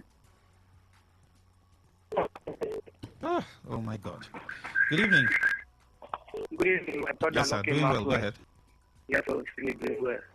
I love the matter. You know, the last 2 weeks, I talked about this flood in the whole city of Port Harcourt. And I gave the government an idea so that they can about the flooding. I told them that each local government, the governor should give each local government matching order. In your local government, all the canals, hire swamp duty and clear the waterways, clear all the waterways. And this underground drainage got drainage we are having. We are not due to have those drainage because we can't maintain them. No, there's nothing wrong with those drainages. The issue is with the maintenance. You understand? It's just like saying, oh, you are not due to have a car. No, you have to develop the attitude to maintain the car. Yes, that is the problem we are having in our government. If they are erecting those drainage, they at least have maintenance, inaugurate maintenance committee that free year. They will go under it and we have equipment, we have machines that can go and blow up all those fans. It's not the village, but they will not do it. All right, thank you very much. Doing well. Somebody that is really can be proactive. Thank you very much. Good evening. Hello. Yes. Osinachi. Yeah, man of the people. I greet you, sir. Hello. Oops. Yes, good evening. Hello. Yes, go ahead, sir. Mama, go ahead. You know why our people are not proactive in maintaining regulatory things such as potholes on the road. It's not cost effective. They will allow it until it starts expanding so that they can avoid it as contract and pad and repair to make more money. That is just the simple arithmetic. Thank you. Thank you very much. Good evening. Hello. Yes, sir. Go ahead. Yeah, get it, sir. This is according to the Yes, please. But help me and tell our listener that everything is possible. That there is nothing for men cannot do. After God is them. So they should not be giving us any excuses anymore. They should use our resources and make this work. It's possible. It's possible. Everything is possible. 90% of things on earth is possible. It's money, we do it. It's not with human blood. It's not with any human animal or animal blood. They should use the money we are having and put this in order. Thank you very much. Thank you very much. Good evening. Yeah, man of the people. Yes, go ahead, Osinachi. Hello, what's going on? Hello, Snachi. Oh boy. Good evening. Hello. Hello. Yes, go ahead. Oh, oh boy. Yes, good evening. Okay, Master. Yes, sir, go ahead quickly. I agree to sir. I think his words on our mind, Daddy. No, area talk. You are not following us. Sorry, sir. Good evening. Hello. Okay, Max, what you're talking about is as a result of leadership that never prepared for responsibility. They are saddled with emergency leaders imposed on the people. Can't thank you. Good evening. Hello, Mark. Yes, go ahead, sir. Illiteracy. Go ahead, sir. The other day you heard them saying they want to conduct seminar, they will teach them how to run office. Is that what we are supposed to be wasting money on? Before running for an office, you should be able to know what are the functions of that office you're going to occupy. Not by dashing or compensating people with offices, and then you can see the result. And you're talking about speed. Of course, you and I, because we are educated to an extent. We are not illiterate, so we know that there is what we call rapid growth and development. It can be achieved. China built a bridge, underwater bridge, for 112 days or thereabouts. And they are still using it today. And you have David Umar, the minister for works, going to use tape to be measuring roads, acting like a psychopath. Hypocrisy. Mediocrity. How are we going to get there? How are we going to get? Now look at the lives of two people lost. You've gone there now to go and give them 2 million naira, and you use it to score cheap political points and then go give them small things. Look at how backward we are still thinking. If we don't wake up, what will happen? It won't be easy, Mark, because this thing is getting out of hand. These things are not rocket science. We can achieve them even within 3-6 months. We can do something reasonable. But they will be playing around because they don't have so that most of them don't even know what they are supposed to do in the offices they occupy. Thank you. Yes, good evening. Good evening. Yes, please go ahead. Yeah, not Kemasir. Good evening again. Yes, sir. I'm Abraham from Ahoda. All right, sir. Yeah. See, the problem we have in our society is that we take something we cannot implement. Like all the politicians, their aim is just to go their grab power and there's nothing for the ordinary man. If they should go and begin to learn from where they could go fly every day to US or everywhere they use, think they borrow this system and come back, they should be able to know and do something that is right. All these shouting that we are shouting, the aim is that when it does get to that place, grab their own and leave. And other people will follow. It's not a small boy, small person that has not finished school. All you hear from them that is a politician. What does they know about politics? And that Thank is you, the only way of politics in Nigeria is just grab power, grab wealth, and then nothing about anything. All right, sir. Thank you. Greetings, Maxwell. It's the responsibility of our local government to clean up our drainage. So the water will find its way. Do you know how many tickets these LG chairmen are selling out to motorists, shop owners, and those building houses? All this money they are collecting, what are they using it for? We are a problem. God will not fall from heaven and do it for us. Some of our so-called leaders are wicked. Thank God, ability. Atwebu. Thank you. Good evening, Maxwell. Do you know that the real structure in River State have not... okay. This is for eyewitness. Yeah. Good evening. Go ahead. Yes, go ahead. Maxwell. Yes. Go ahead, sir. The truth is, you said they should be proactive. The question is, are they educated enough to be proactive? They cannot give you what they don't have. These are people who are not even qualified to get into governance at the first place. Most of them are in governance because of there was no better job for them, no better opportunity for them. They now find that governance they pay, and they look into the governance very well. It's very porous. You can steal and go. Nothing will happen to you. Now them will go there, go back our money, leave them, many to go happen, make it happen. Look at what just happened. Now we are talking about it. We should ask ourselves this question, one by one. As a citizen of this country, a citizen of the neighborhood, am I doing what is right? Can I speak the truth? Can I defend the helpless? Can I stand? See, Maxwell, in your environment now, or on the streets right now, let somebody just collapse. There is no ambulance you can call to come and rescue this person. There is even no hospital you can take that person to. I challenge anybody. Tell me which hospital you can take a patient to. Tell me one. Let's not even go there. We all know the truth. Thank you, sir. Thank you. Thank you. Yes, good evening. Yeah, hello. Yes, good evening, sir. Go ahead. Yeah, that's Machi. All right, then. Yeah, Max, you see, that's what we are saying. Every time we keep lamenting on something that we should not. I don't know if these guys don't know their work or what. You see that 10th road now? I think they should clean that road at least from Kumokuta to Chuba Junction. I know that road was built by a Mechi government, if I'm not mistaken. Can you hear me? Yes, very clear, sir. Yes, then I've not seen any day they clean that road. Not only cleaning it. All the potholes, all that iron that used to cover the up, everything are gone. Imagine somebody fall inside that place. What will happen to that person? I don't know if I should be going to go and clean it. For that, I clean the one in my house. Maybe I should go and clean that NTA road for me. Mas, in fact, I'm getting tired of these people. I will get back to you on your eyewitness, please. Thank you. All right, sir. All right, that's what we can take. I'm so sorry. We can't take any more calls. But I'm urging the House of Assembly members in their different constituencies. Posterity will all remember us for one thing or the other. Yeah, you can't be driving Lexus bulletproof on bad road. You can't be doing that, and we call it capacity. I think we need to think. We need to start rebranding the way we reason in this climb. We're not in the Stone Age.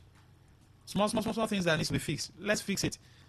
So people will not be calling and be talking about these things over and over and over. And then when you see them drive, you see people here, hey, hungry people. So sometimes people like us will look stupid. If you say you want to do democracy, at least do it. Just do the River State accepted democracy now. Do small now. Small potholes here and there. Manholes have been removed. Those chambers, some of them are broken. Just carry slab, carry cement, do around, you don't lock. Finish. And then from time to time, that's the responsibility of the state government. These state roads have been built. The government should give a marching order for them to clean up all the drainages. We can't continue like this. Can't be talking every small rain. Then they will not say they are doing meetings, subcommittee, committee. No, I don't believe in English. I believe in action. I am hungry. You are speaking English. Tell the mama put to give me food. Simple and short. You say, now that you're hungry, your pancreas should be doing like this. Oh, God, that's not what I need. If someone is hungry, give him food. It's when the person has eaten, you start speaking English. So our government should stop speaking English. Just do the right thing. That's all. That's all. We'll take a short break. We'll be right back. Want to know what's happening? Get latest information in sports, politics, lifestyle, you name it. The frequency of choice. Today, 95.1 FM. Today, 95.1 FM. We serve you the latest update on everything. Today, 95.1 FM. We are the voice of the people. The voice of the people. All right, welcome back. It's now time for Eyewitness Report. Feel free to join the conversation. Please send in your messages to 07019339962. Dele Momodu, I saw a particular piece he wrote. He's a very good writer. And he said he went to a particular church, one of the big churches in the country, and he discovered that they've never had epileptic power supply. They had on gas turbine. They run that place like a city. And he said, if our government can run this country, 50% of the way those guys run, some of I learn from everything. When people talk about, the way some of our religious, I know some of them have their excesses, but you look at the way the structure, how they run their system. Haven't you asked yourself a question? Some of them will do huge programs and you have thousands of worshippers come.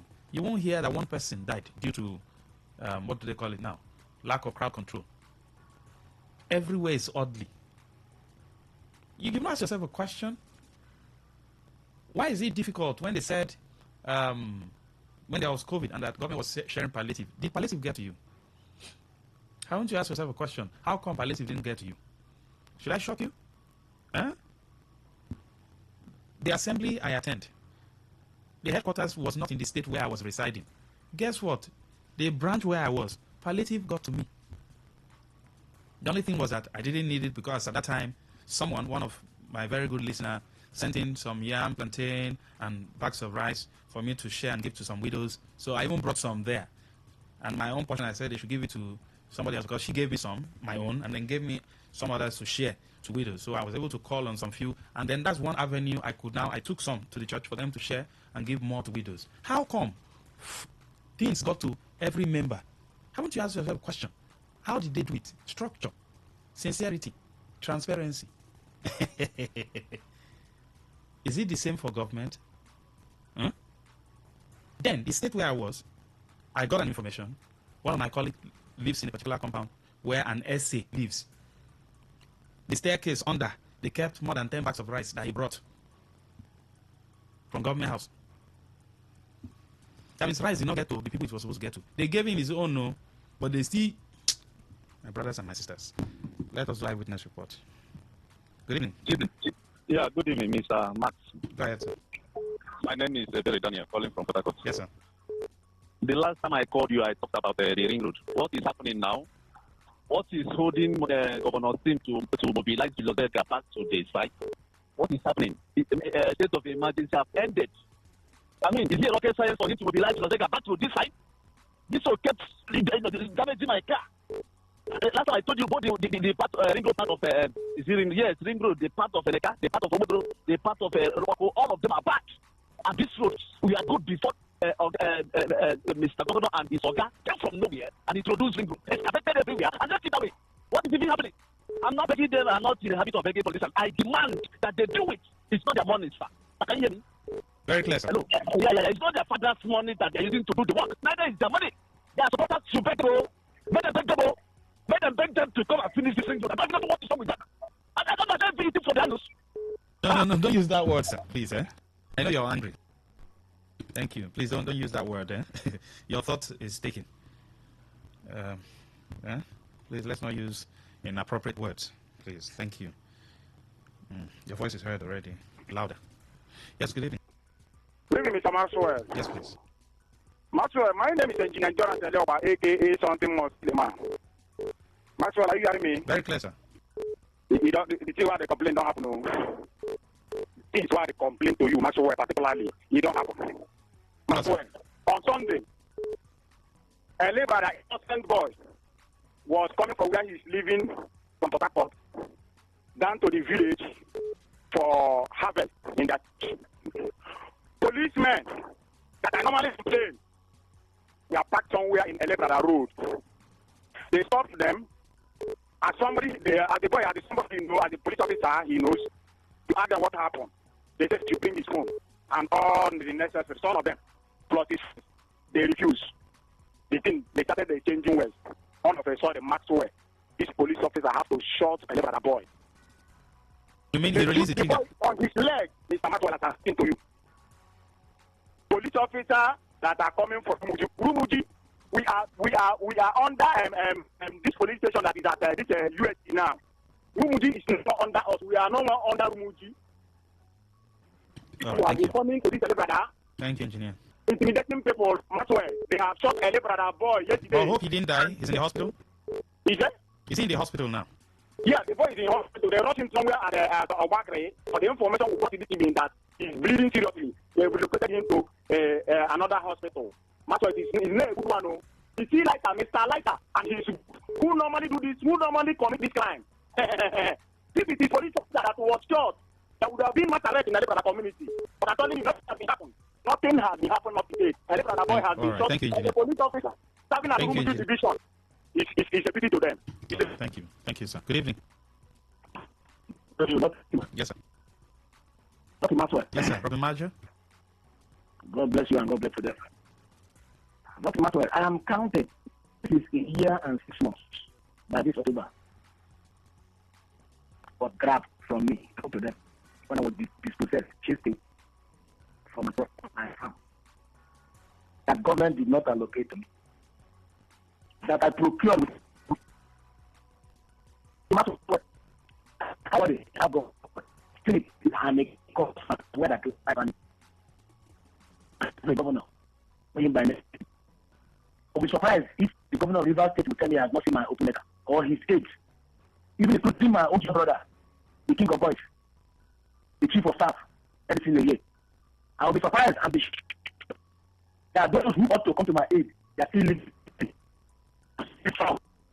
I'm going to tell you no, and those who are listening to me that my life is in the heart of Droga. All right, Robin Major, noted. Noted, sir. Noted. Good evening.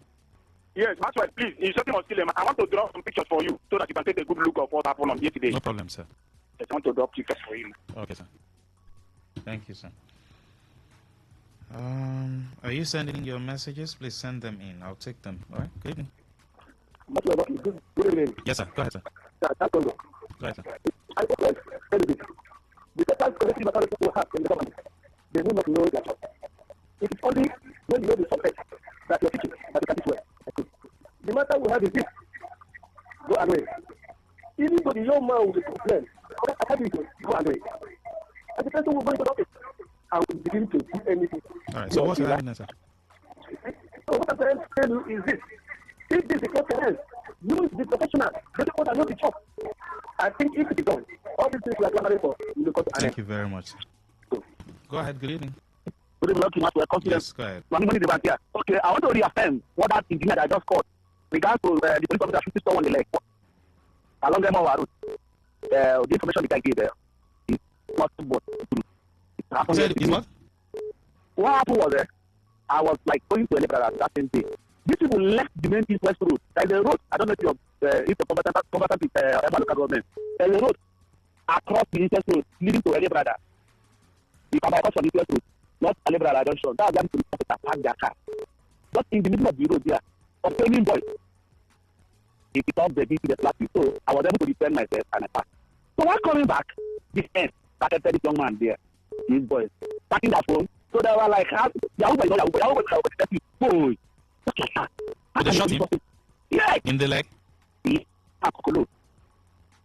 in the left, the main east-west road, though, if you go to Casco, there's a road leading from the power police and because it has to have the east-west road leading to Lagos. That's people park their car inside the bush, obtaining boys there.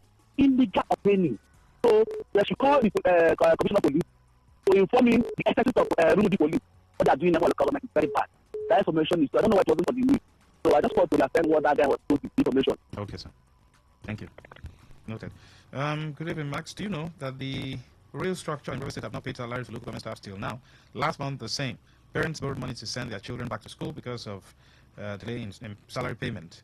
Max, what kind of business these real structures are doing with local government money? We can now see the difference between police and army. John, good evening. Hello, good evening.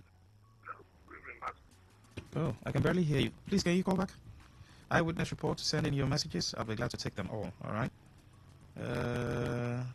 Okay. Mercy. I wasn't around there. I said I got there around 4 after 4. I wasn't around between 12 to 1.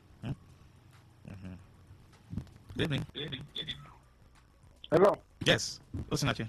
Yeah, man of the people. Good evening, Osinachi. Yes, please. Can you hear me? Yes, go ahead, sir. Yes. I went to my trade day before yesterday. I passed through this Ajip flyover. That was built by, I think, Amechi or Mehe, I don't know. Can you hear me? Very clear, sir. Yes. And last week, I went to Aba Road. I discovered something. This flyover that was built by this last government, artillery flyover, waterline flyover, and GRA flyover. Much well. In fact, you can go and verify by yourself. If you are not careful, your tire will puncture on top of that flyover. God will know the next thing that will happen. All those demarcations, there's iron that they used to demarcate those pillars. Yes. Only those irons have gone. I'm telling you, you will not see one that is looking at you. That if you are not careful, that's the way you enter the hole like this, your tire will burst. Then I went to my car, and that one that they use at Ajib flyover, the whole iron, they are still intact. So I was wondering, this one that they did just how many years ago, and this other one, I don't know if you are thinking what I'm thinking. You can verify by yourself. And this, if I'm not mistaken, these last ones that I'm complaining about now, I heard that it was better that I built them, right? And this Ajib phone, there's no Rebecca, something. So I don't know. Maybe I don't want to say anything, but maybe you can go and verify by yourself. Then maybe you come back and tell me what you think. Thank you. Okay, sir.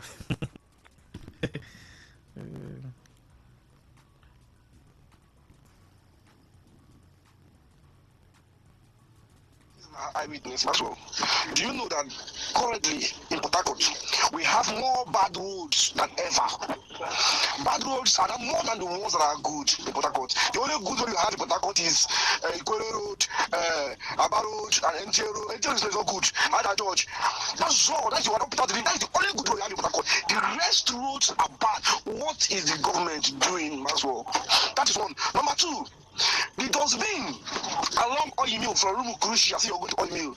Also, I don't know what Rwama they said they are doing. That dustbin has been there before they did the last sanitation they did.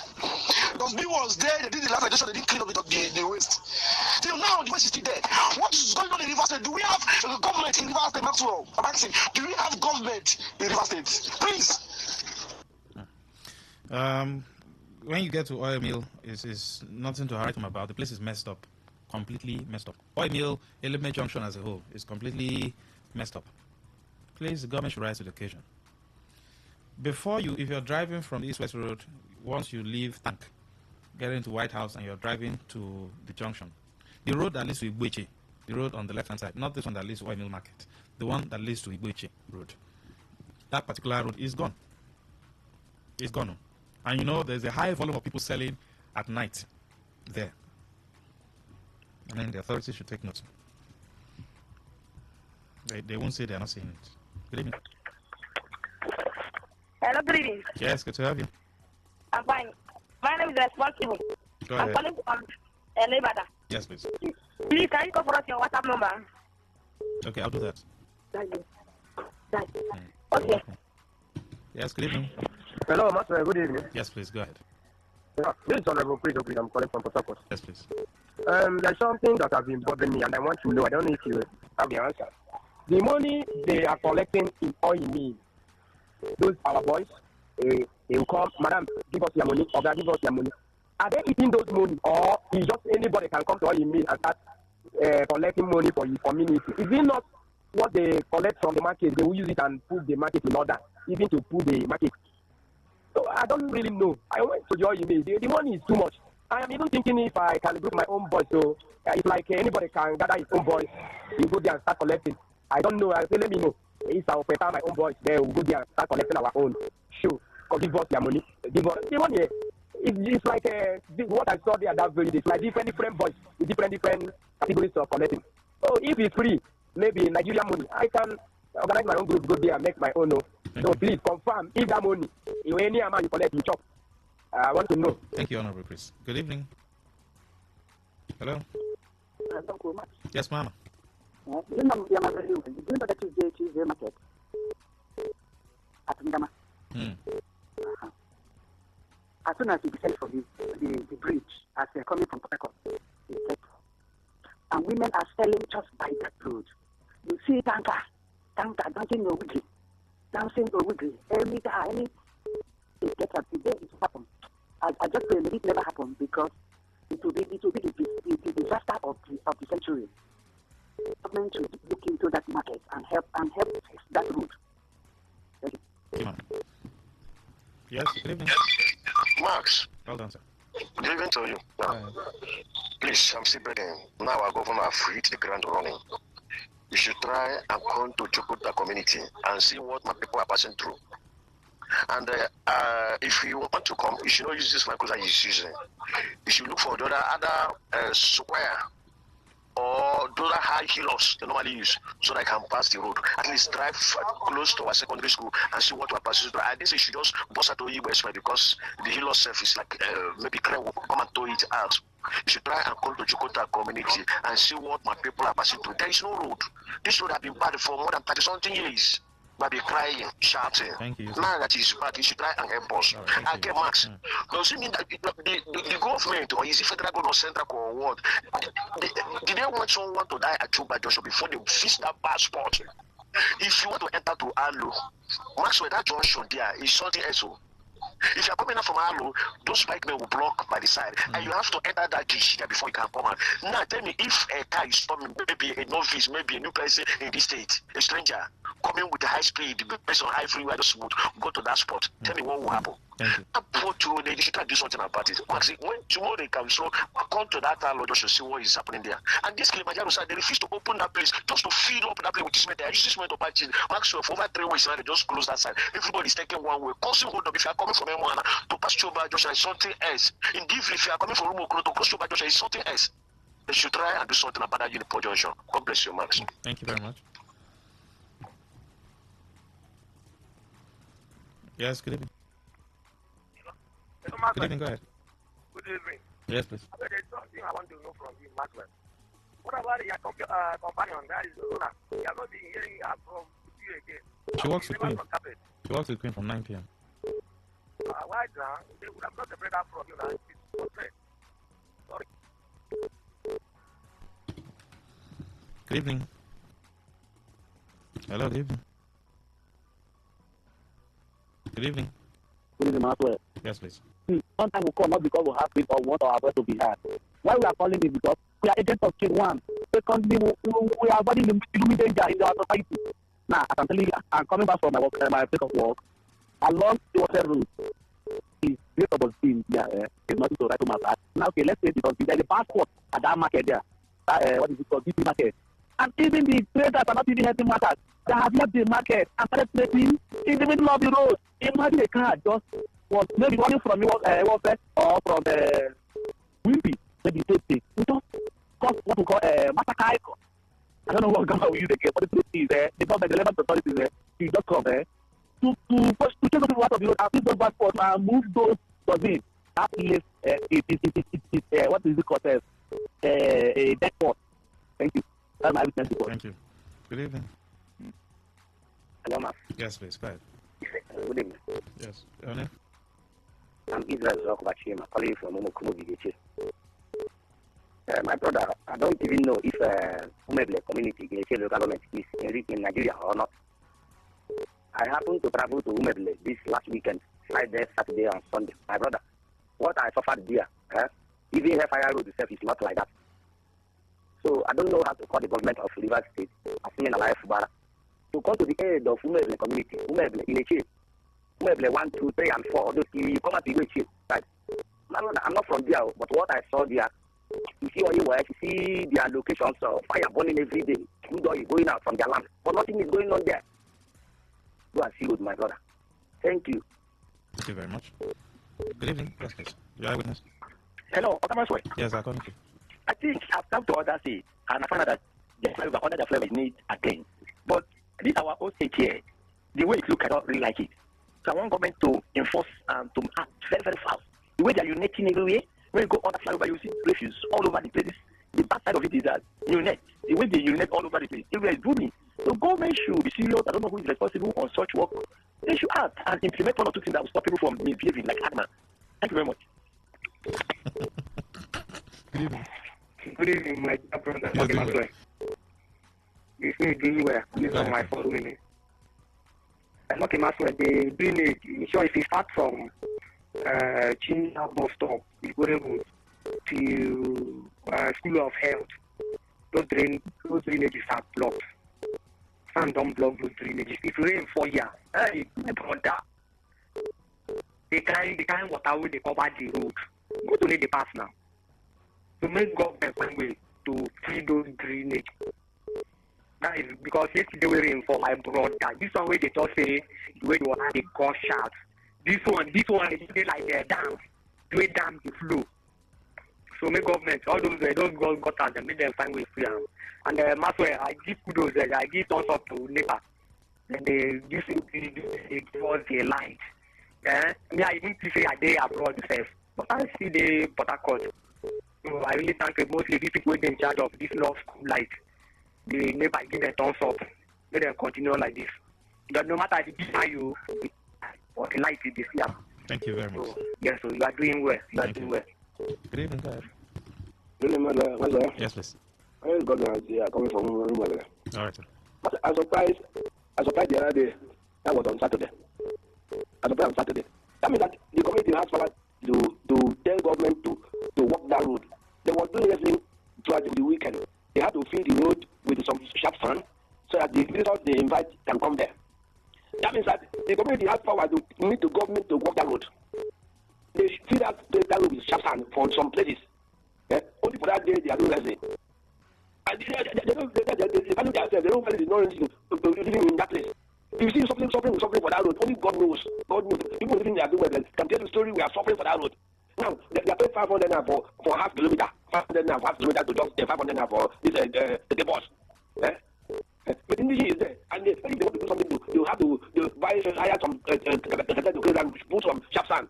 But not need the government to work that road for everybody to walk around. Because we are tired. We are tired. We are tired with the community. I don't know. Thank you. Thank you. Eyewitness is NEPA. As I'm texting, there's no light in ancient Ogloma Kingdom. No reason given. This is a sign of bad government. Lutelda Santella. Yes, good evening. Good evening. Go ahead, sir. My weakness is Mbaraja Cornerstone Road. That road is very, very bad. I don't know what government is doing. It's supposed to come to that road because they are spraying on that road. Max, from Cornerstone to middle of the road, they are charging 500 because of the road. The road is very bad. Flooding everywhere. Now our government is back. Please, let you come and help us. Help us with that road. That road is very, very bad. That's my weakness. Thank you. Good evening. Hello, good evening. Good evening. Yes, sir. What's your name? Hi, Wolf. Very good. Thank you. God will bless you. My eyewitness is this. What's your name, sir? Only from Melbourne. All right. My eyewitness is this. If you are a government worker, by the time you work in 30 years time, around 35 years, they will retire you. I am asking all this our great grandfather that they really this country as the president, their retirement age never reached, so that they will give that presidential office to the young one, so that we will come up in the bondage. I'm asking though, please, I want to know. Thank you. Good evening, Max. I saw on social media the Anambra government has banned writing in side textbooks, graduation ceremonies, and end-of-year parties in public and private schools.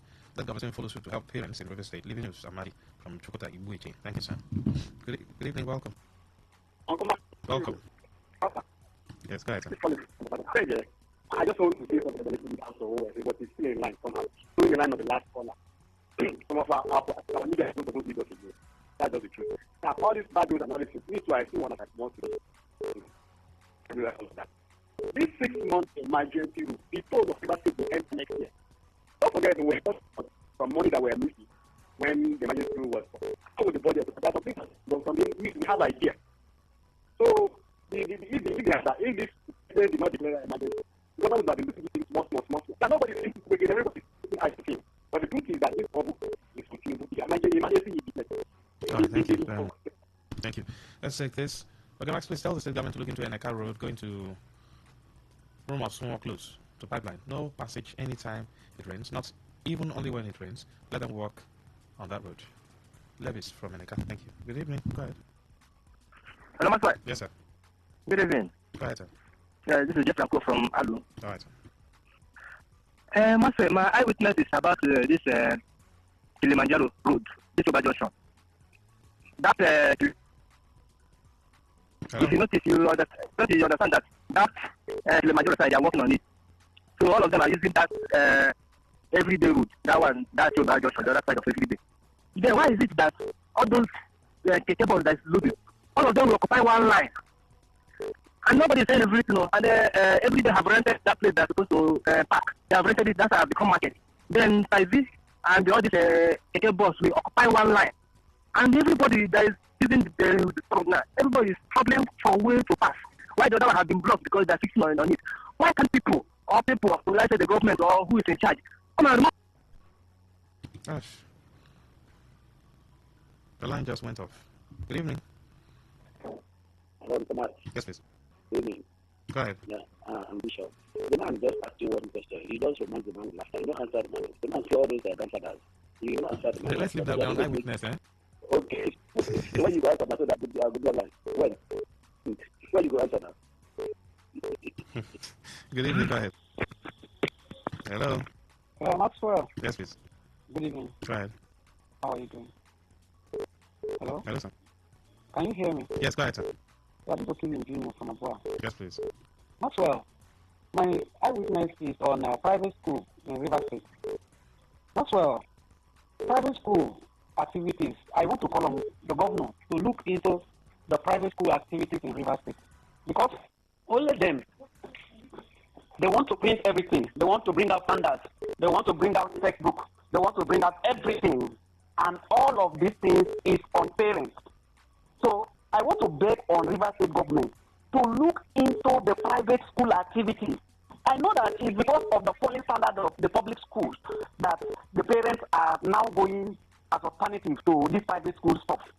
But, my dear, the way these people are dealing with parents now, in fact, they now introduce what is called end of year and all, and they use this thing to collect money from parents.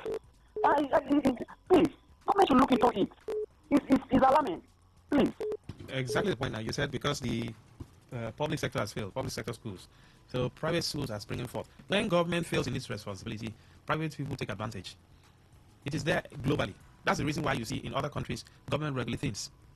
So that the private people will not take advantage. Man's heart is desperately wicked. Man wants to take advantage of his fellow man.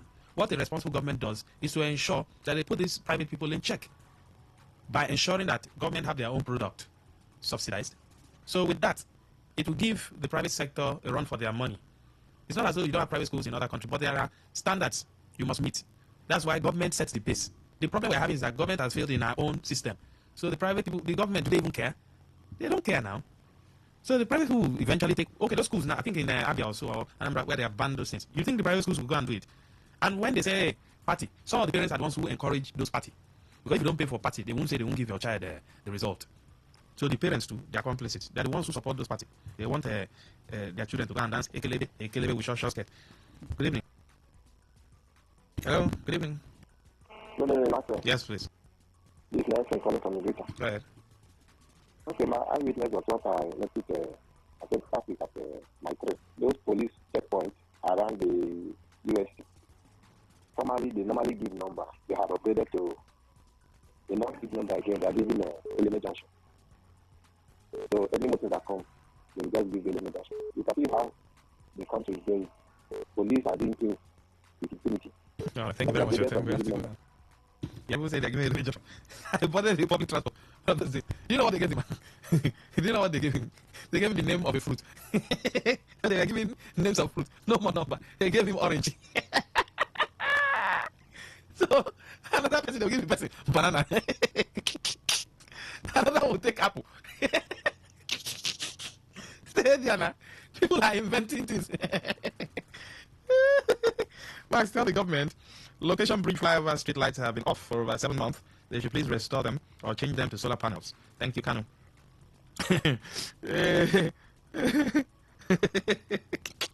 Eyewitness is the multiple police checkpoint at UST Junction.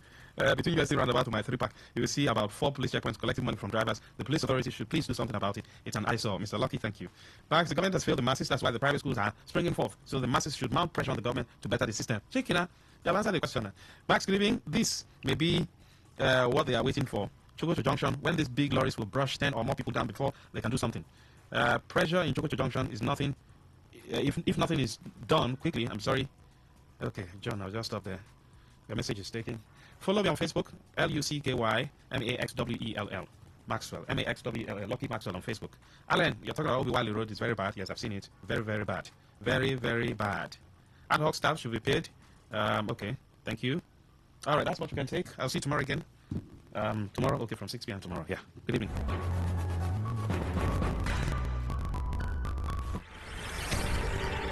Want to know what's happening? Get latest information, sports, politics, lifestyle, you name it. The frequency of choice. Today, 95.1 FM. Today, 95.1 FM. We serve you the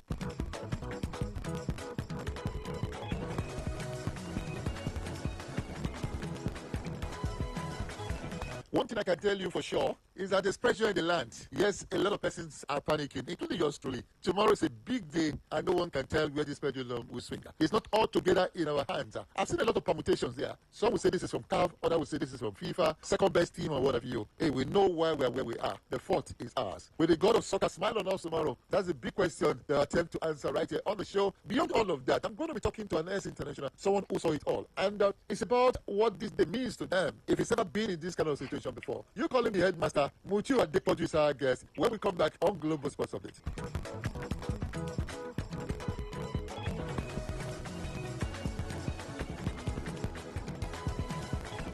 Welcome back. I'm going to Ibadan. I think it's in Ibadan. Headmaster Mutu Adepoju, how are you doing today? Very well, thank you.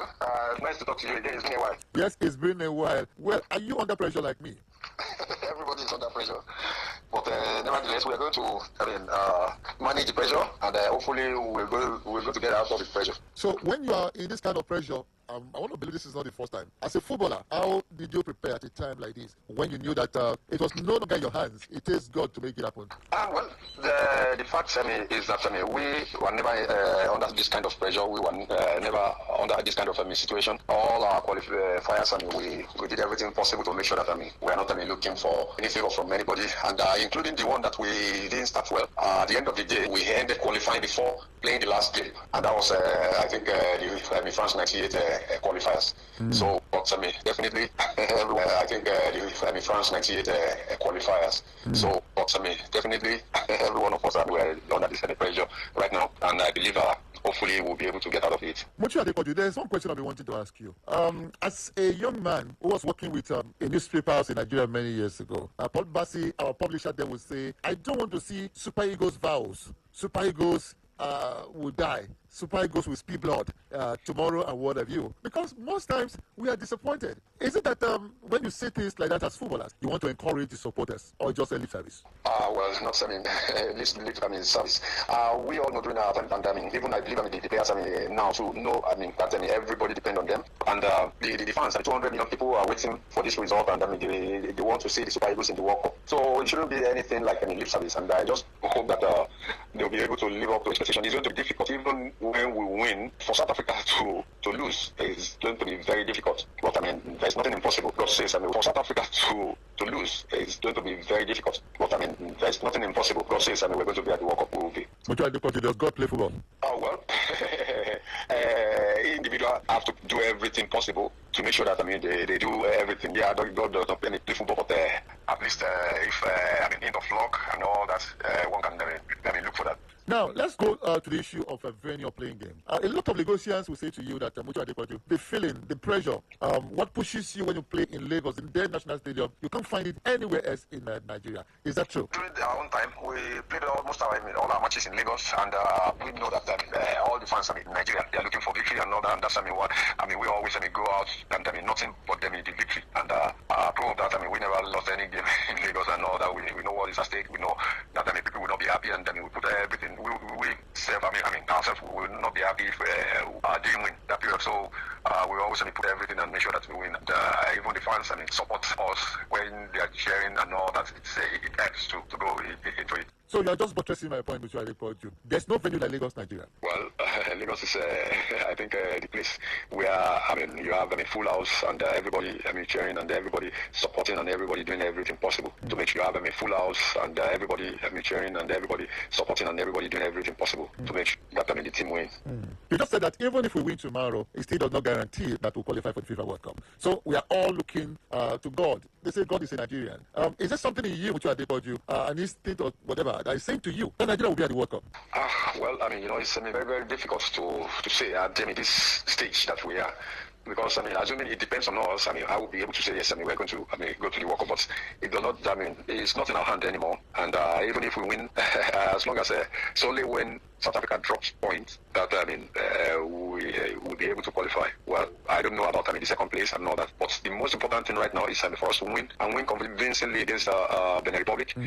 See what is going to happen with South Africa and see if we will be able to enter through the second place. Did it ever occur to you? when you saw the draw, we were in a group where we are Lesotho, Benin Republic, Zimbabwe, Rwanda, South Africa. Did it cross your mind that where we are today struggling and opening on God for us to qualify for the World Cup? It never crossed my mind. I was always thinking that with the kind of players that we have, we should not struggle. We should not have any issue of qualifying. We should not be. That we will not be in any situation that is going to be like this. It never crossed my mind when they did the cross. So, do you also agree with Nigeria that will say that these players are not putting in their very best? They're very like a Jessica. They don't inspire confidence at all.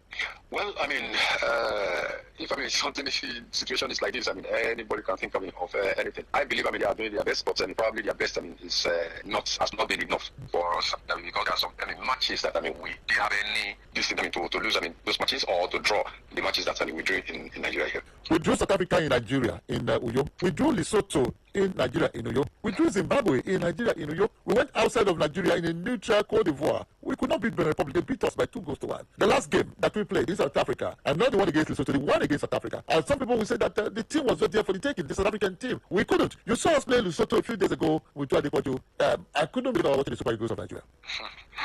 Well, probably the toll is on the players and the pressure on them and everything. But I just believe we have enough quality of players to not be in this kind of situation that we are.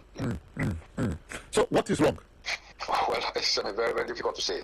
Assuming, the first 2-3 matches, we were able to win them. I believe, we shouldn't be talking about this situation now. That's the question I'm asking you. As someone who has done this to the highest of levels, you hold one of the highest badges in coaching. So, what happened? What precisely? Nigerians are listening to you. They want to hear from someone like you.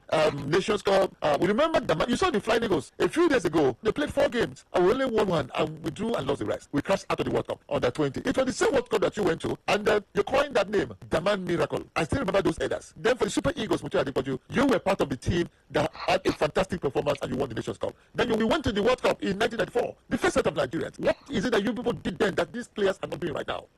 Well, I think things have changed, and all the countries are trying to catch up. And in Africa, many countries have caught up with us. And I just believe sincerely, because of the Flying Eagles, the under-17 that we have been in the past few years, we have not been doing well and all that.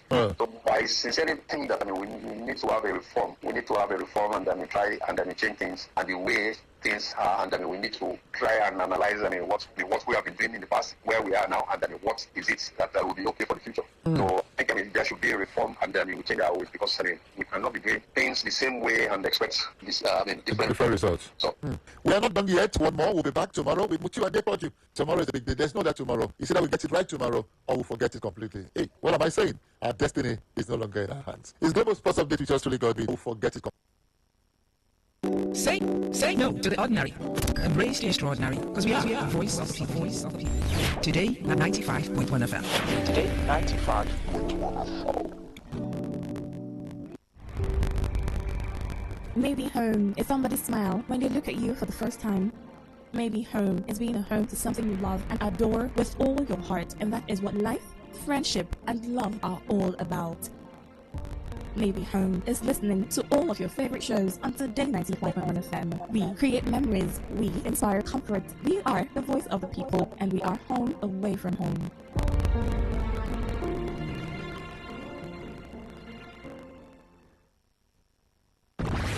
The station with the... As the voice of the people, we make sure that no one misses out. On Today 95.1 FM, there's something for everyone. Our tech show, because tech is new money. Our kids show, because we love the little ones. Our desperation, because it's the moment of truth. Our highlight show, because high life is vintage. Our sports show with the adrenaline. Our midnight show, because we care about your love life. Our nostalgia drive, because old is gold. Our show for young people, because Gen Z code is on. Our pigeon bit, because Nanaija we day. Our book review, because books are a mirror. Our big stories, because big things only. Our health shows with seasoned health experts, because we care that you're healthy. Our eyewitness report, because we want to hear from you. Our radio show, because Rastafari. For the moment, are you ready? Today, 95.1 FM, the voice of the people. Tune in for a journey beyond the ordinary. We're not just a station, we are the station. Today, 95.1 FM, the voice of the people.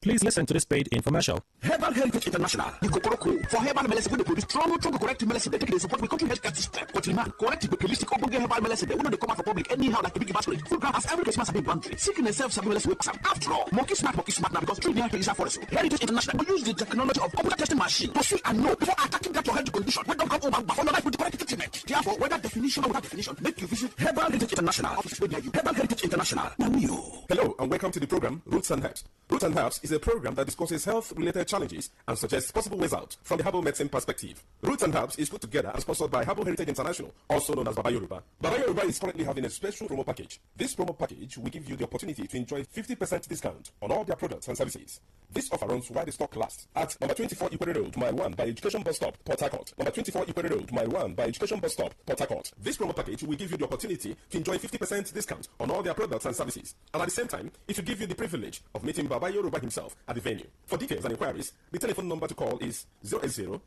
33 111 946. I repeat, 080 33 111 946. 080 33 111 946.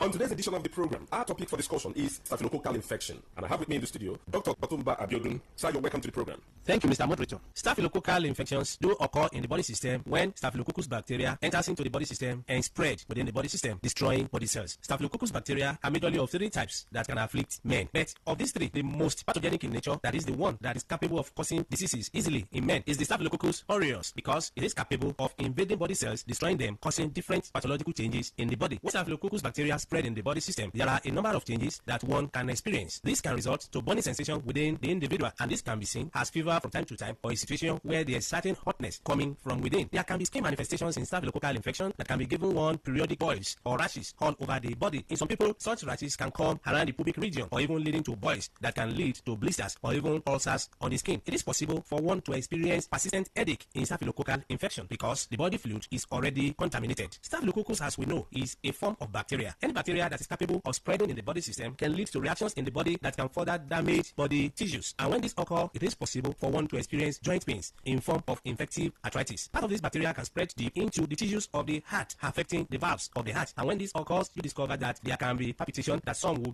start witnessing as if they have panic attack. When this is allowed to continue in the body system, it is possible for one to start getting tired easily. There are many people, by walking from one pole to another, they get tired, or by doing just something that is not supposed to be that tasking in terms of energy consumption, they discover that it's as if they don't have enough air where they are located. All this can be as a result of weakness of the heart, resulting from infection or spread of this bacteria we're talking about. When this bacteria is able to pollute the body fluid, it is is possible for one to witness mouth odor. Mouth odor is a form of changes that is called halitosis, where people will start coming up with breath coming from within that is already polluted. There is no amount of time such people wash their mouth to discover that the breath coming out is very offensive. All this can be as a result of pollution of the body system. It is possible if any bacteria is able to dwell so long in the body system to contaminate the whole body fluid and even damage nerves. When nerves are damaged, there can be tiredness. Not only this, it is possible for men to suffer a lot because this can degenerate to a situation where a man is unable to stand like a real man. When a man is unable to stand like a real man, it is seen as a serious challenge because the whole family can be affected. Part of the joy of the relationship can be stolen, and this can cause different rancors in the family. A man that is unable to stand as he should can find it difficult to get arousal. The desire for opposite sex can disappear, and once that arousal is not there, that is the ignition point. It means such a man will not be able to stand like a real man. In some people, the arousal can be there, but you discover that because nerves have been damaged, the transmission from the upper center down to the power point of man, that is in between his two thighs, can be weakened. When such occurs, you discover that such a man can even get arousal or is able to stand, but the type of standing that he has is not strong enough to help him to even get into the act. In some people, they make effort to get into the act, but you discover that they are unable to spend more than a minute or more before they are exhausted. Mind you, before a man can be called a real man, such a man must be able to have the arousal as desired and also be able to sustain the energy he has been able to gather for a considerable length of time. That is when such a man can be able to make his partner happy when it comes to man-to-woman interaction. So such men do suffer from this from time to time. It's after knowing the root cause of the challenge that one will be able to know the right step to take for one to be totally free. Whenever you experience anything that we have been able to mention or other things, it's very important for one to visit a competent health caregiver who will be able to run tests on one and pinpoint where the problem lies and provide a solution. For more enlightenment and advice, the number to call is 08033 111 946. I repeat, 08033 111 946.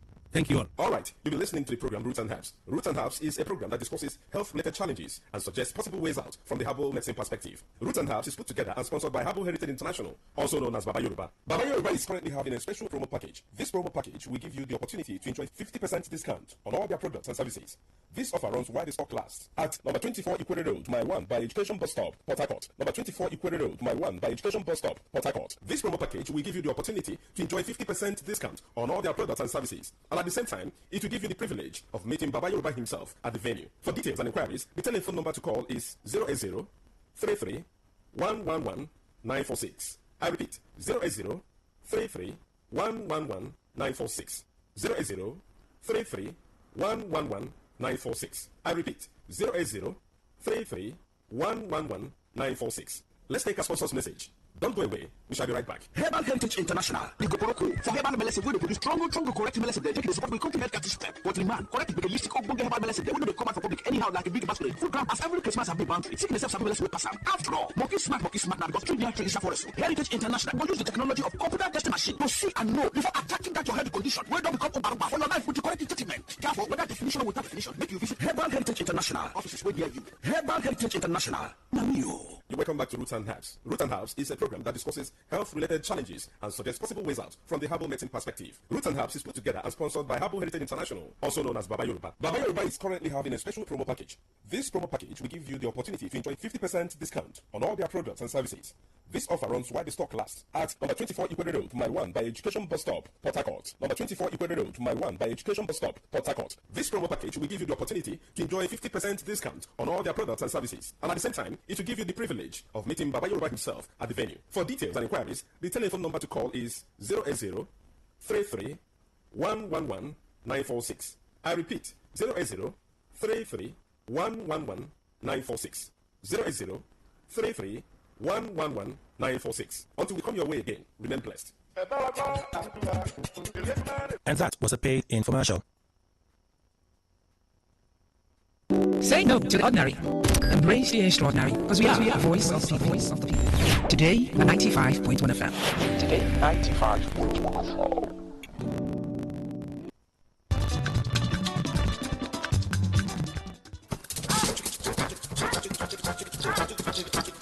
Hello, my people. Are you ready for an electrifying experience that would send shivers down your spine? Welcome to the thrill. Hold on tight as we dive into the hottest high-life tracks that will make your pulse race and your feet move. It's not just a show. It's a musical and talk adventure that would leave you craving for more. Ladies and gentlemen, welcome to the thrill. 9 p.m. only on Today 95.1 FM.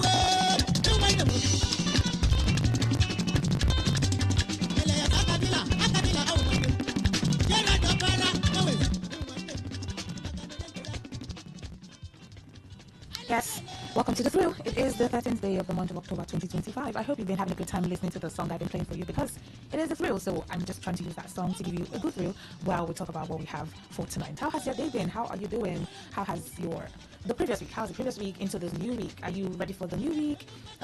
Enter a new week. A Monday is always a very serious day of the week because sometimes people say that you can determine how the week goes from the beginning of the week. I don't know if that's the same for you, but do you think so?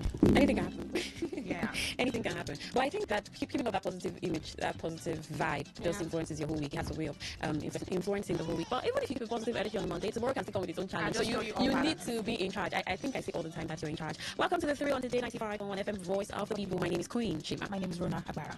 All right, what do we have for you tonight? I believe you've heard the news of ASU, the whole strike action. But yes, that's what we have tonight, and that's what we're about to talk about. ASU rejects federal government proposal and begins 2-week strike today, the 13th day of the month of October 2025. And the news is on punch, so I'm just going to read through the news reports and then we'll talk a little about it. Of course, you have time to call in, send your messages, participate, share your thoughts and your opinions, and also there'll be a lot of music to, set the tone for the show proper. So let me just read through the news so that we can get an idea of what the story is about before we get to talk about it. Federal government, ASU rejects federal government's proposal, begins 2-week strike today. The Academic Staff Union of Universities will on Monday, today, commence a 2-week warning strike from the ultimatum issued to the federal government elapsed on Sunday. After the ultimatum issued to the federal government elapsed on Sunday, the announcement was made by the national president of the union, Professor Chris Piuna, at the press briefing at the University of Abuja on Sunday. The renewed standoff between ASU and the government comes amid ongoing negotiations aimed at averting another round of industrial unrest strike in public universities. So last Wednesday, the Minister of Education, Dr. Tunji Alausa, disclosed in Abuja that the government had entered the final phase of talks with ASU and other unions to resolve the lingering disputes over welfare, funding, and the implementation of the 2009 ASU federal government agreement. Take note, right?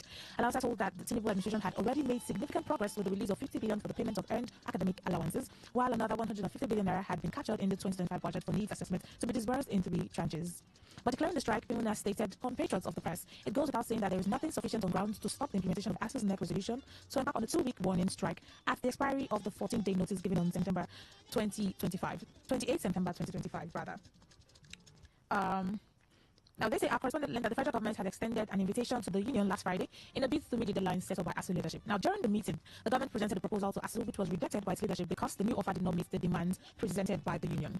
ASU is currently demanding, the conclusion of 2009 federal government ASU agreement, the release of withheld 3.5 month salaries, sustainable funding of the public universities, revitalization of public universities, and cessation of the victimization of lecturers in Lagos State University, Kogi State University, now Prince Abubakar Audu University, and Federal University of Technology, Owerri. Others are payment of their standing 25 to 35% salary arrears, payments of promotion arrears for over 4 years, and release of withheld third-party deductions. The meeting with the federal government and ASU ended in a deadlock. A highly placed source in the ministry, who was private interactions between the ministry and ASU leadership, noted that the education minister made efforts to reach out to the leadership of the union, but his phone calls were rejected. ASU's president earlier confirmed that the proposal by the government was rejected. He noted that the union was working towards presenting its own proposal to the government. The presentation to ASU was a total departure from the letter and spirit of the review of the draft agreement submitted by the Yali Ahmed committee in the ministry. This is just like reading through the reports on the ASU and federal government issues. As at today, or starting today, beginning from today, ASU has begun their 14 weeks, 14 days, 2 weeks strike. And from the reports, right, they were invited by the federal government. They were invited. And during the meeting, according to the report, ASU rejected the proposal from the federal government, stating that they have their own proposal that they want to present. And for that reason, they also said that they've not reached an agreement and their needs have not been met yet. And so, hence, the reason for the strike that begins today. Now, the Federal Ministry of Education says that the government has put a lot in place to ensure that this strike does not hold or does not take place, and they have come to a conclusion. They have met the needs of ASU, but ASU on the other hand is saying that their needs have not been met, hence the strike. At this point, it's starting to feel like it's a battle between two big elephants. Exactly, like two big entities. For lack of a better word, two big entities are fighting at the moment. This one says, "This is what I want." The other one says, "Okay, we're going to do this for you." And then this one says, "No, it's not exactly the way I want it, and so I reject that offer, and I will go ahead to do what I want to do." And at this point, federal government on one side, ASU on the other side, they have not come to conclusion. They've not reached an agreement on resolving the strike action. The whole of this issue affects the students. It affects the lecturers. Everyone, someone listening to me right now will say, this strike is going to happen. I don't know how long this strike will last. Some lecturer might say, this strike action, I don't know if our needs will be met. It will be extended. I mean, from the 2 weeks, we don't know what ASU is going to do. Yeah, because sometimes strike starts for 2 weeks before 2 months, 3 months, 6 months, and sometimes I've experienced strike while I was in uni, and a strike almost lasted a year, and that took a toll on the time we're supposed to graduate, get back to school and all of that, and that affects every Nigerian. Absolutely. Now, the federal government has directed vice chancellors of federal universities across the country to strictly enforce the no work, no pay policy against members of the academic staff union of universities currently participating in the ongoing nationwide strike. Now, this directive was contained in a circular dated October 13, 2025, and signed by the Minister of Education, Dr. Tunji Alausa Singh, which was put out today. Now, the circular was copied to the head of the civil service. Now, this is the federal government responding to ASU's refusal of its own proposal. Exactly. And someone listening will be saying that if the federal government's proposal does not meet that of ASU's, if ASU doesn't think that it's good enough, because some of these demands are as far way back as 2009, this agreement. So if ASU says, or ASU thinks that, well, we do not want to accept this now, because this is not the first time we're hearing ASU strike, and some of these issues have been prolonged and postponed and carried over. It's like when you carry over during university, your university tertiary days. So maybe ASU is just like we're not ready for the federal government's negotiation, except it needs to. It's the standards that we want it to meet. And the federal government thinks, no way. And well, for some people, we may understand that the federal government is trying to avoid that students stay off school, because we know what that means to the education sector, the setback. I mean, students who start talking about, well, like you said earlier, I hope this does not extend after 2 weeks. It doesn't get more than 2 weeks. But this face-off between ASU and the federal government, what do you think about it? There's just a number of thoughts to wrap your head around. Thoughts like, will this 2-week warning strike be exceeded, or will it cut very soon? Going to last for? And do you think that the federal government and ASU will eventually come to a conclusion and a resolution? Do you think it's at the point where they say, okay, we have to settle this amicably? Or do you think to linger more than is planned? What are your thoughts on the ASU federal government issue? Do you think that it will resolve anytime soon? Do you think this? What are your thoughts about the ASU and federal government issues? Do you think it will be resolved soon? Do you think this strike is just going to be for 2 weeks? Do you think it will linger to extend more than 2 weeks? And do you also think that, do you see this whole back and forth with the federal government and ASU coming to a reasonable conclusion and resolution? And if you feel that, this is something that will be resolved soon, how quickly do you think it will be resolved? Because we don't want a situation where the strike lingers and then students have to go back home. We know that when students are idle, the youth are idle, that's not going to be good for the economy and for our society. I mean, when students who are supposed to be in school are now sent back home or have to go back home because there is no academic activities going on, they'll have to, you'll find that some of them will have to indulge in things that they ordinarily would not have the time to, because they're idle and they're back home. And then if the federal government decides to, this policy, if they decide to follow through with it, the policy of no work, no pay policy, how is it going to affect the whole situation of ASU and federal government? Do you think it's not be an issue of one person wants to retaliate, this person does this, the other person says, okay, we can do better, the back and forth? Do you think it will keep going on and on and on? Of course, there will be time for us to take calls and for you to contribute, give your meaningful contributions on the federal government issues and ASU issues and how it affects, the Nigerian students. If you have a child in school and probably telling you, I think I'll come back home, I might just come back home and I don't know when we'll resume school. Yeah, now's the time for you to call in and share your thoughts. But before then, we'll have to listen to a song, to just water the ground more for that, and then we'll come back. When the song is done, I'll open the phone lines for you to call in and share your thoughts. Please stay with us.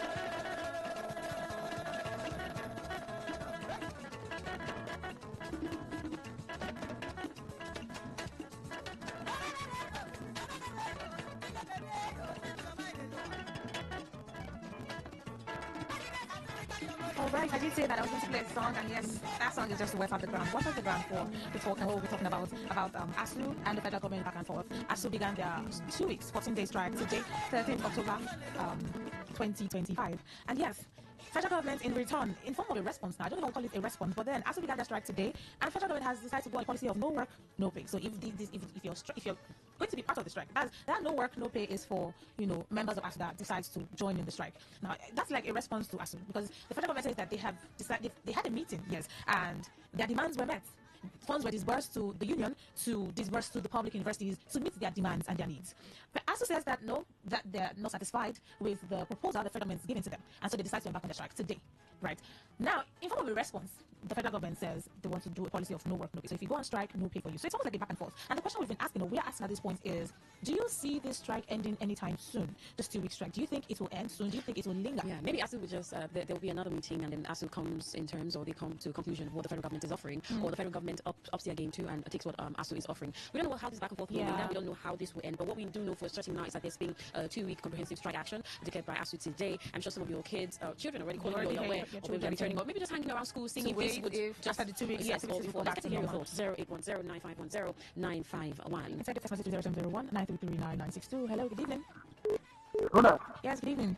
Do you know the song we play? This song? Do you know it? I've heard the song, but I cannot really tell the lyrics, so yeah. So who is it with you? Queen is in the studio. Queen is here. Queen, I don't know the song you play. I do. Nyoma, or one of your songs. Nyoma for Nigerian students. Go ahead. They don't need good thing. If they need good thing, the sort of take care. If every protest for take, people forgive them everything they want. They don't need good thing. They don't know their capacity. The SPG president, they don't know their weight. I want to talk to you. They don't know their weight. If they know their weight, they want to them there abroad. Some of them they club. Some of them they party units. They dance, man. They drink wine. They pour champagne. Like they play this song. Nyoma, hey, when you're my brother.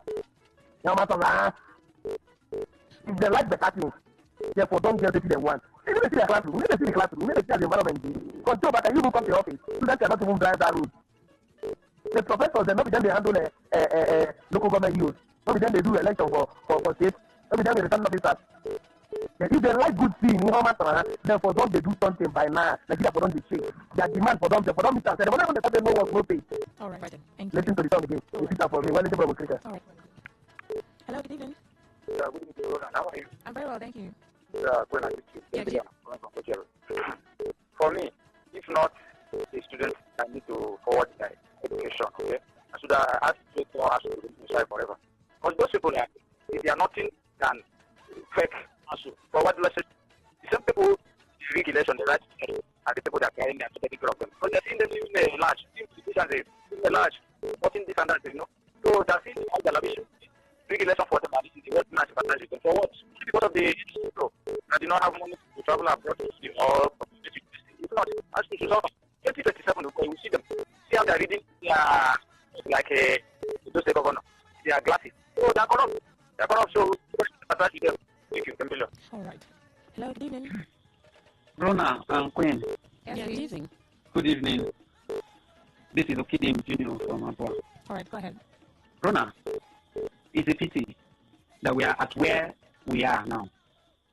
I don't blame the politicians because if their children should be in these universities, I don't think by now we'll be talking about strike or ASU stuff. But the children are not there. This agreement is since 2009. And federal government is coming out. One leg they're saying they have missed the agreement, part of it. In another leg, they are threatening ASU that no work, no pay. Who does that? Where I'm angry with ASU is they are not determined. It's like they're using this struggle to make money for themselves. If ASU should be determined and stand on their ground and go this strike, if it's 2 years, let them go it. So that this whole thing will be once and for all. So that this whole thing, this little thing that we're talking about, it's a little thing. I wonder why the federal government is playing politics on this thing. Rona, let me ask you, if this money we are talking about is the money we use for 2027 election, do you think federal government will be dragging their legs? It's a pity that we are using education to do this. Good night. For your thoughts. All right, thank you. Hello, good evening. Hello, good evening, Queen. Yes, good evening. Yeah, Matthias calling from Noah. All right, Matthias. Okay, the ASU strike is a good one. If at all it's last. So that's the problem I have with Nigerian strike. If they go cycle 3 days before you know government don't call them, deceive them, they will follow that the strike. But if they can maintain that 2 weeks, I think it will be better because if you look at if this APC government is pushing fast. Yeah, if you don't push them, they don't do something. You don't shake them, they don't move. How can you be conflicting one agreement people cannot fulfill for how many years now? How much is the government in the country of the East? Some lecturer, how much is the salary? I think they should stick up because they are the part of people causing problems in the country. Okay, thank you. I think one more call before we wrap up. Let's bear in mind that we've had, numerous times that ASU go on strike. ASU has a history of strikes, various reasons, various issues, from unpaid salaries to their demand for promotion, arrears, affecting lecturers, poor funding, and infrastructural issues in our public universities, adequate facilities, limited research capabilities. It's a whole long list of things and their demands from ASU. But this time around, they're saying that they've started the strike already, and the federal government saying no work, no pay. We don't know how long this is going to go on for. Yeah. Now, I don't have the exact figures, but I stated the number of professors that have left the country. So we're seeing the brain drain even in the education sector. Exactly. We're talking about the health sector. There's also the brain drain in the education sector. So with this, I mean, we possibly will see a number of them leave too. This idea of no work, no pay is going to take a really big toll. Messages before we wrap up. Someone says, good evening, the Joe. I think I like that name. Yeah, I ask what actually makes Nigeria the giant of Africa. I also ask why the lingering issue between the federal government of Nigeria and the ASU without no solution since some decades ago. On a lighter note, this incessant strike of ASU has met and forced into strike in the education sector of Nigeria. God help our leaders to do the right thing at the right time. Good evening to you. I am a very optimist reporter, but let the truth be told. ASU going on morning on strike may not affect our government at all because all their children schooling abroad are not in public schools. And lastly, let's ASU get their demand once and for all. Our government just stays stingy. A joke with ASU literally means a joke with almost the entire future of our nation. I think ASU wouldn't back down. They should go ahead, Daniel. We lost over 20 lecturers in universities, including professors last time, over the no work, no pay. Most of them were the finest and dedicated in their chosen careers. I advise the federal government to do the needful and avert looming crisis in the universities. Sir Festus Dibani. And my sister, since 2009, the federal government could not meet the agreement. It's not that they comply. Far. Mr. Tony from Port Harcourt. No work, no pay for union demanding for their right. The federal government has no empathy. During the National Assembly sittings, you will see so many empty vacant seats of honorable members of Senate and House of Representatives, yet they receive their pay and allowances in full, including constituency development in full. So no work and no pay is not also for them. I have one message for us. So next time, help and rig election for someone with empathy, not someone like the president. Not someone like the president we have today, Michael New Malt. All right. Yeah. Can we follow a call? I don't know if we can take one more call, but you have to be very fast, like a minute. Hello, good evening. Good evening to you. Good evening. All right. Good evening. Yes, Romano, go ahead, please, in just a minute. Yes, I just want to remind you that the president of Nigeria, President Bola Ahmed Tinubu, has demanded I got of the food for the day. That's focus. Short of everything. So, something like that. Instead of the 2009 ASO agreement with them. They should get the money and give to these people. They should do so now. President Bola Tinubu told us that much money. Thank you. All right, thank you. And you too. Thank you so much. All right, we'll keep, up with updates on this, the federal government and ASU issues to, get further news and reports about it. We're hoping that, there'll be results and the demands of ASU be met and students go back to school and lecturers go back to their jobs and education system remains solid and standard. Thank you so much for doing this with us. My name is Rona Agara. I'm Queen Chima. Good evening.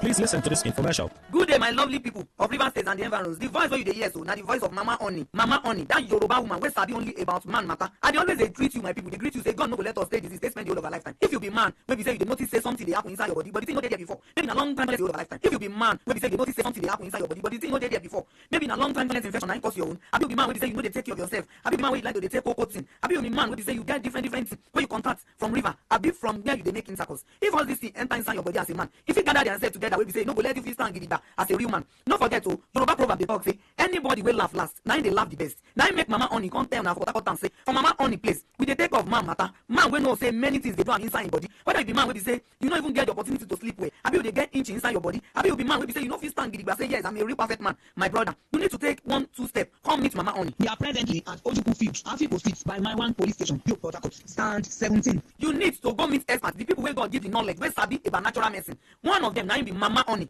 If you be man wey be say you dey notice say to waka from one pole to the other na wahala. Abi if you dey waka you go dey feel like say somebody dey push you. Abi if you dey waka you go dey feel like say dem put something inside your leg. Abi you be man wey be say your waist dey pain you all the time. Your waist dey pain you all the time. No forget say na waist gangan na him and dey o. Man wey waist dey pain you all the time. Your waist dey pain you all the time. No forget say na waist gangan na him and dey o. Man wey waist dey pain, you no go fit talk say I'm a real man. Abi you be man wey be say all the time if you dey talk among people, you dem go dey perceive odor from your mouth. Abi your body go dey inch you like say you take water take rub body. Abi make your body dey pepper you like say you take water take rub body. Who tell you say na only woman na dem dey put blame for the happiness of the home? Anything wey concern woman, anything wey concern the happiness of the marriage, dem go carry all the wahala put for woman head. Man gangan na him be the giver. Na him dey give us wetin we go carry. And no forget say Mama Honey, I dey always dey tell you say when you visit our stand for more information and enlightenment, we go tell you many things about man matter. You no forget say na we be una wife, na we be una mama, na we be una sister. Anything wey concern man, e dey inside Mama Honey brain. Use the opportunity wey dey happen now at Ojuku Field, Afipo Street by my one police station, Port Harcourt. Stand 17. Come visit Mama Honey for information and enlightenment about your health-related matter, about your health-related problems. Don't forget say God na him dey do everything, but God no go come from heaven. Na God go direct angels to us human beings. Anything wey you dey do,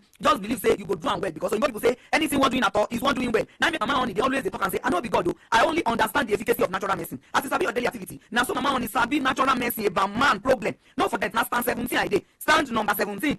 If you be man wey be say until you take all these strong drugs, if you be man wey you dey think say until you take all these strong drugs, if you be man wey you dey think say until until you take all this strong medicine before you go fit stand the as a man. Now you something don't damage inside your body, something don't happen inside your body. God don't create man the way we be say na easy way. Even though you dey think wetin you like, you must fit stand the as a man. But if you don't reach the stage where they take many dangerous medicine, if he give you stroke, if he give you heart attack, if he give you many problems inside your vein, where they say the vein go die patapata. But because of the power of God inside natural medicine, if it be say na because of you, now God create me, now God make me understand the efficacy of roots and herbs. This work na the work where I inherit from my father. My father na him be the abore of the whole of the land, and na this work where I dey do since the day they born me till I grow rich like this. Don't forget, oh, Mama Honey Abba Medicine, Mama Honey Abba Home is a division of Abeokuta Woman Abba Care Center. So just use the opportunity. You lovely people when I don't sabi Abeokuta Woman Medicine as CD. Now in this one still be. Use the opportunity make come meet Mama Honey inside the ongoing Abba trade fair. Only about man matter. If you be woman, just come purposely because of your papa, be your brother, be your husband. If na woman own, I go direct you to person where they do. But man matter, now I carry on this trade fair. I go dey expect all of now. God no go let us stay this spend all of our lifetime. You feel call me on 080 39 71 6022 080 39 71 6022. Talk radio. I listen to a lot of talk radio. 95.1 FM. Whether it's happening in Port Harcourt, South, Nigeria, or around the world, we've got you covered. On air, online, delivering balanced news and unbiased analysis. Today, 95.1 FM. This is Today 95.1 FM, Port Harcourt. News. A very good evening to you. This is the World News on your Premium Talk Radio, Today 95.1 FM. I'm Rona Agbara. First, the headlines. Federal government announces disbursement of over 6 billion naira interest-free loans to flood victims across Nigeria. River State of Police Command arrests 5 members of suspected child trafficking syndicate. On the foreign scene, French President Emmanuel Macron unveils new government ahead of budget deadline. Details shortly. The federal government has announced an interest-free loan package worth 6.3 billion naira for 21,000 Nigerians affected by flood disasters across the country. The Minister of State for Humanitarian Affairs and Poverty Reduction, Yusuf Sununu, made the announcement during a roundtable event held in Abuja to commemorate the 2025 International Day for Disaster Risk Reduction. According to Sununu, the initiative is part of government efforts to cushion the impact of flooding and strengthen food security in vulnerable communities. He also disclosed that through the National Social Investment Program, the ministry has already supported over 8.1 billion households with more than 300 billion naira under the Conditional Cash Transfer Scheme. The minister disclosed that in the coming weeks, 21,000 flood-affected Nigerians would each receive 300,000 naira interest and collateral-free loans to help rebuild their livelihoods and sustain agricultural productivity. Sununu further revealed a new collaboration between his ministry and the Federal Ministry of Agriculture aimed at empowering internally displaced persons, IDPs. Under the scheme, IDPs will produce agricultural goods, retain 30% of the yield, while the government will offtake 70% and pay the participants in cash to encourage productivity and self-reliance.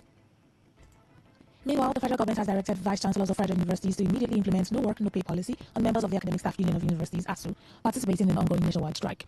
The directive was contained in the circular dated October 13, 2025 and signed by the Minister of Education, Tunji Alausa. Copies of the circular were sent to key government officials, including the head of the Civil Service of the Federation, the Permanent Secretary of Education, Pro-Chancellors of Federal Universities, the Director General of the Budget Office, the Accountant General of the Federation, and the Executive Secretary of the National Universities Commission, NUC. In the circular, the ministry expressed disappointment over the continued industrial action by ASU, despite repeated appeals for dialogue. Alausa directed all vice chancellors to conduct an immediate roll call and visa headcount of academic staff across the institutions and to submit detailed reports indicating those present and performing their duties, those absent due to the strike. He added that payment of salaries should be suspended for any lecturer who fails to perform official responsibilities during the strike period. However, he clarified that members of the Congress of Universities Academic, CONUA, and National Association of Medical and Dental Academics, NAMDA, who are not part of the strike, should not be penalized.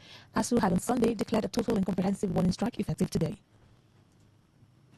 The First Lady of Nigeria, Senator Oluremi Tinubu, has reiterated her commitment to expanding vaccine coverage nationwide, declaring that the ongoing measles and rubella vaccination campaign in River State will surpass all previous records in scope and success. Speaking through the wife of the River State Governor, Lady Valerie Simalai Fubara, during the flag-off ceremony of the measles, rubella, and HPV vaccine sensitization campaign organized under the Renewed Hope Initiative (RHI) at the banquet hall of the Government House, Port Harcourt. Sister Tinubu said the campaign implemented by the RHI in collaboration with the River State Ministry Healthcare Management Board and international partners including WHO, UNICEF, Gavi, and Vaccine Alliance aims to protect millions of children and women from preventable diseases.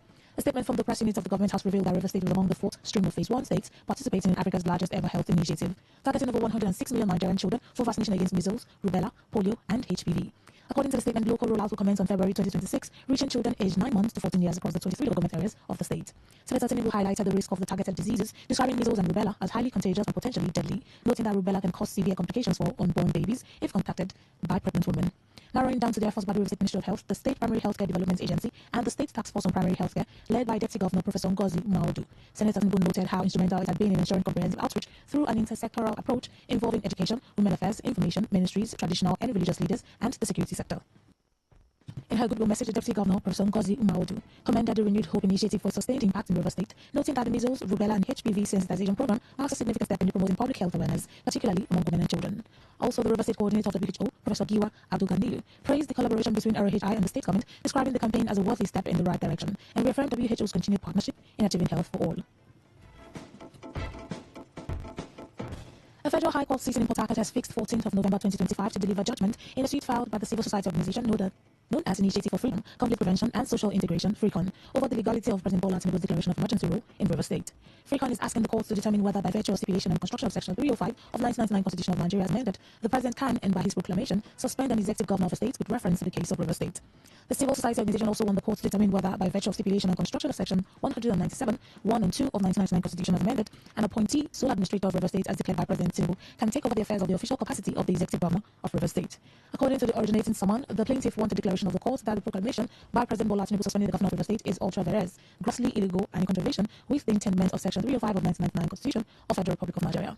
They equally want the court to declare that an appointee, the sole administrator of River State as declared by the President of Nigeria on the 28th of March 2025, cannot by law take over the affairs or take control of the administration of River State. Today FM's Uchendojo reports that the presiding judge, Justice Turaki Mohammed, fixed the judgment after counsels representing the parties argued and adopted their final written addresses. Speaking in an interview with newsmen outside the court, the claimant's counsel, Amegwa Lezina, explained in details what transpired in court and the reasons for instituting the legal battle. In a related development, the Federal High Court in Port Harcourt has also adjourned to the 14th of November 2025 for adoption of the final written addresses in a suit filed by the Initiative for Freedom, Conflict Prevention and Social Integration, FREECON, challenging the legality of the National Assembly's ratification of the appointment of the sole administrator of River State, retired Vice Admiral Ibokete Ibas. When the matter came up in the court, the Council of the National Assembly asked for a short adjournment to enable them put their house in order, an application which was not opposed by counsel to FREECON, Kingdom Chukwueze, and the presiding judge, Justice Muhammad Turaki, adjourns to 14th of the next month for adoption. The group is questioning the authority of the National Assembly to set up a committee to oversee the emergency rule in River State as well as receipt of the 2025 budget of the state. Today, FM's Uchendojo reports the hearing of a separate suit by Initiative for Freedom, Conflict Prevention and Social Integration against President Bola Tinubu, the River State Independent Electoral Commission, and the People's Democratic Party was told at the courts. This is because when the matter was called, counsel to the People's Democratic Party, PDP, Professor Zacchaeus Adango, requested for a short adjournment to enable him put the house in order, and the presiding judge, Justice Muhammad Turaki, adjourns to the 14th November 2025. The leadership and personnel of the River State Neighborhood Safety Corps Agency, Rivinesca, has also joined in describing as a welcome development the return of Governor Signal Fubara as the democratically elected governor of the state. In the statement, Rivinesca's commander of the all commanders in the state, Wogbo Lawrence, said all sectors of the state, including security, had suffered in the absence of the governor, Fubara, who he described as a friendly and youthful governor. Lawrence, while recounting various meetings Rivinesca under his leadership had with the governor and his commitment towards the restatement of the security outfit, reminded the governor of his promises, especially in securing lives and properties. Lawrence, while expressing readiness to assist relevant security agencies towards ensuring a crime-free and secure environment, praised the God to help him in piloting the affairs of River State. He also advised young people to stay away from crime and other social vices and supports the current administration to succeed. You are listening to the World News on Today 95.1 FM, Voice of the People. After the break, more news, foreign and sport stories. Please stay with us. Every day, every hour, with a big stories break. Depend on our 24-hour news team to bring you the latest. Today, 95.1 FM. Now the rest of our stories. The River State Police Command has announced the arrest of 5 members of a suspected child trafficking syndicate following its investigation into activities of child trafficking syndicates in the state. The group, allegedly led by one Blessing Jack, a 54-year-old woman resident at Timber Road, Iguruta, Port Harcourt, allegedly exploited vulnerable young mothers, stealing and selling their newborn babies for significant financial gains. A statement by the spokesperson of the command, Superintendent of Police Grace Iringe Koko, revealed that on October 9, 2025, operatives of the command attached to the C41 intelligence unit, through technical aided policing, arrested Blessing Jack at Iguruta in Port Harcourt. And a conversation between Jack and one Wali Oburu revealed the syndicate's modus operandi. The statement said Blessing Jack discussed a recent incident where her associate had taken a woman's baby, claiming the baby had died, but had been paid the sum of 2 million naira for the child, and also disclosed how they used fake scans to manipulate vulnerable pregnant women to obtain their babies. Other suspects arrested include Chinonso Raymond, Chinyere Okori, and Kechi Uwankwo. SP Grace Iringe Koko said preliminary investigation revealed that Blessing Jack had previously been imprisoned in Calabar for 3 years for child trafficking, highlighting her long-standing involvement in the illicit business. She claimed that all suspects voluntarily confessed to the crime, detailing their individual roles, and are currently in police custody, while an in-depth investigation has been launched to arrest other members of the syndicate and dismantle the network. The statement quoted the Commissioner of Police, River State CP Lubega Adipoju, commending the operatives for their diligence in investigating and apprehending the suspects. The statement assured that the police command will continue to work tirelessly to protect vulnerable individuals and combat human trafficking in the state, and appealed to the public to report any information that may aid in the investigation and prosecution of human trafficking cases.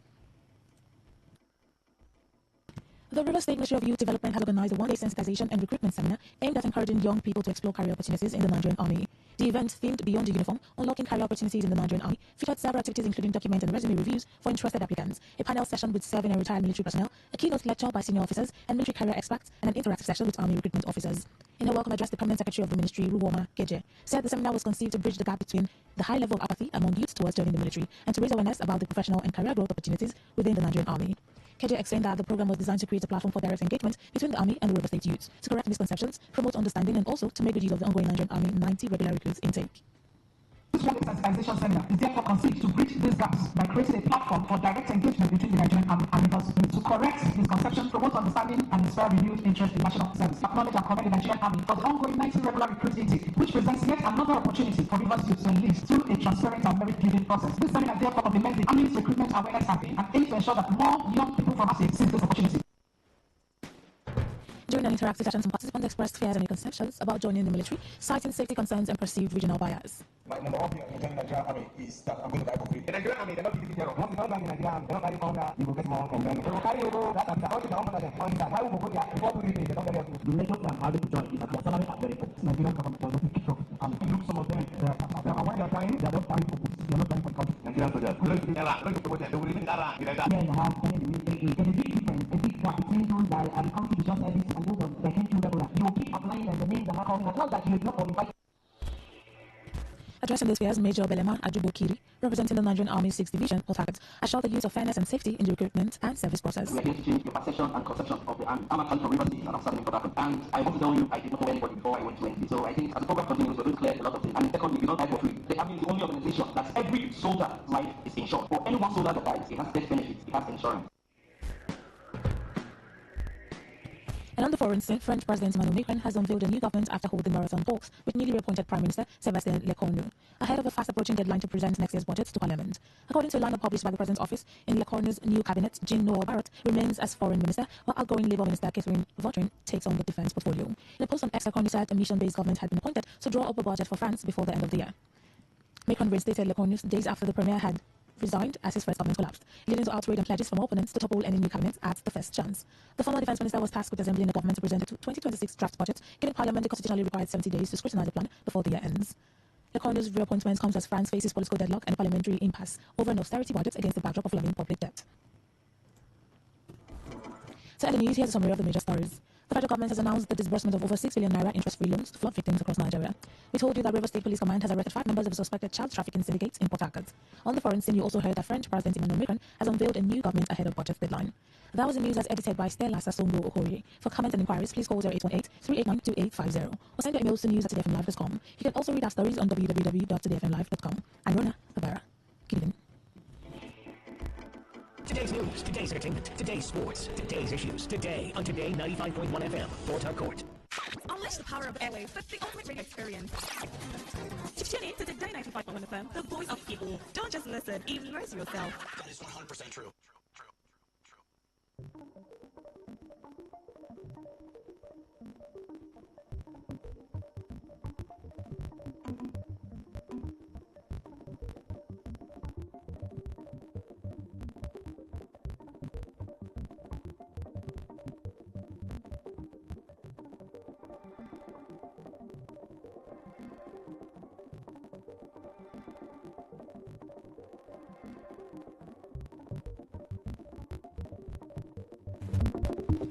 Good evening, this is Today 95.1 FM Port Harcourt, Voice of the People. It's time again for a rundown of the foreign news stories that made headlines on the world today. I'm Rona Abara. Mali imposes $10,000 visa bond on the U.S. visitors in the tit-for-tat move. Members of foreign terrorist organizations escape from Guatemala prison. Dutch government takes control of China-owned cheap firm. China accuses U.S. of double standards over new tariffs. Details shortly. Mali has announced the U.S. nationals visiting the West African country will be required to post a bond of up to $10,000 for business and tourist visas. In response to similar requirements, the U.S. President Donald Trump administration has imposed on its citizens. The U.S. Embassy in Mali said the fee had been introduced to reinforce Washington's commitment to protecting America's borders and safeguarding U.S. national security. Mali's foreign ministry yesterday said the bond had been imposed unilaterally and it has decided to establish an identical visa program for U.S. citizens. The visa policy shift comes despite moves to improve the diplomatic relations between the two countries. At least 40 people, including nationals of Malawi and Zimbabwe, have been killed after a passenger bus rolled down an embankment in South Africa. A provincial transport minister said the bus traveling to Zimbabwe crashed around 90 kilometers from the border after the driver apparently lost control. Limpopo Province Transport Minister Violet Massey said while rescuers were still working at the scene, 40 bodies were already confirmed dead. The bus was traveling from the southern city of Gambera with passengers including Malawians and Zimbabweans working in South Africa. South Africa has a sophisticated and busy road network with a high rate of road deaths, blamed mostly on speeding, reckless driving, and on roadworthy vehicles. A renegade military unit in Madagascar has announced that it will take control of the armed forces, intensifying the crisis after the elite soldiers who once helped to bring the current president to power switched sides to join anti-government protesters. The declaration comes after the presidency accused unnamed forces of attempting to overthrow President Andry Rajoelina. In a statement, the presidency said an attempted illegal enforceable seizure of power was underway in the African nation without providing details. The crisis marks the gravest threat to Rajoelina's rule since his disputed 2023 re-election, with the very soldiers who installed him through a 2009 coup now turning against him. Meanwhile, Prime Minister Rufin Zanfi-Sambo, a military general appointed after Rajoelina dismissed his predecessor under pressure from demonstrators, said the government was fully ready to listen and engage in dialogue with all factions. Madagascar's army has a long history of intervening in politics during crisis. Since independence in 1960, it has backed or led several parties, including coup in the 1970s and 2009, when it helped oust President Marc Ravalomanana and brought reformist Mayor Joelina to power. The European Union will restart a civilian mission to monitor the Rafah border crossing between Gaza and Egypt in support of a US-brokered ceasefire deal. The bloc's top diplomat Kaja Kallas said this after Hamas released the first group of Israeli hostages as part of the agreement. The 27-nation bloc set up a civilian mission in 2005 to help monitor the Rafah crossing, but it was suspended 2 years after the militant Islamist group Hamas took control of Gaza. The EBA monitoring mission aims to provide a neutral third-party presence at the key crossing and involves police from Italy, Spain and France. In a separate statement, the European Commission Chief Ursula von der Leyen said Gaza summit today in Sharm el-Sheikh, finalizing the agreement to end the war would be a historical milestone.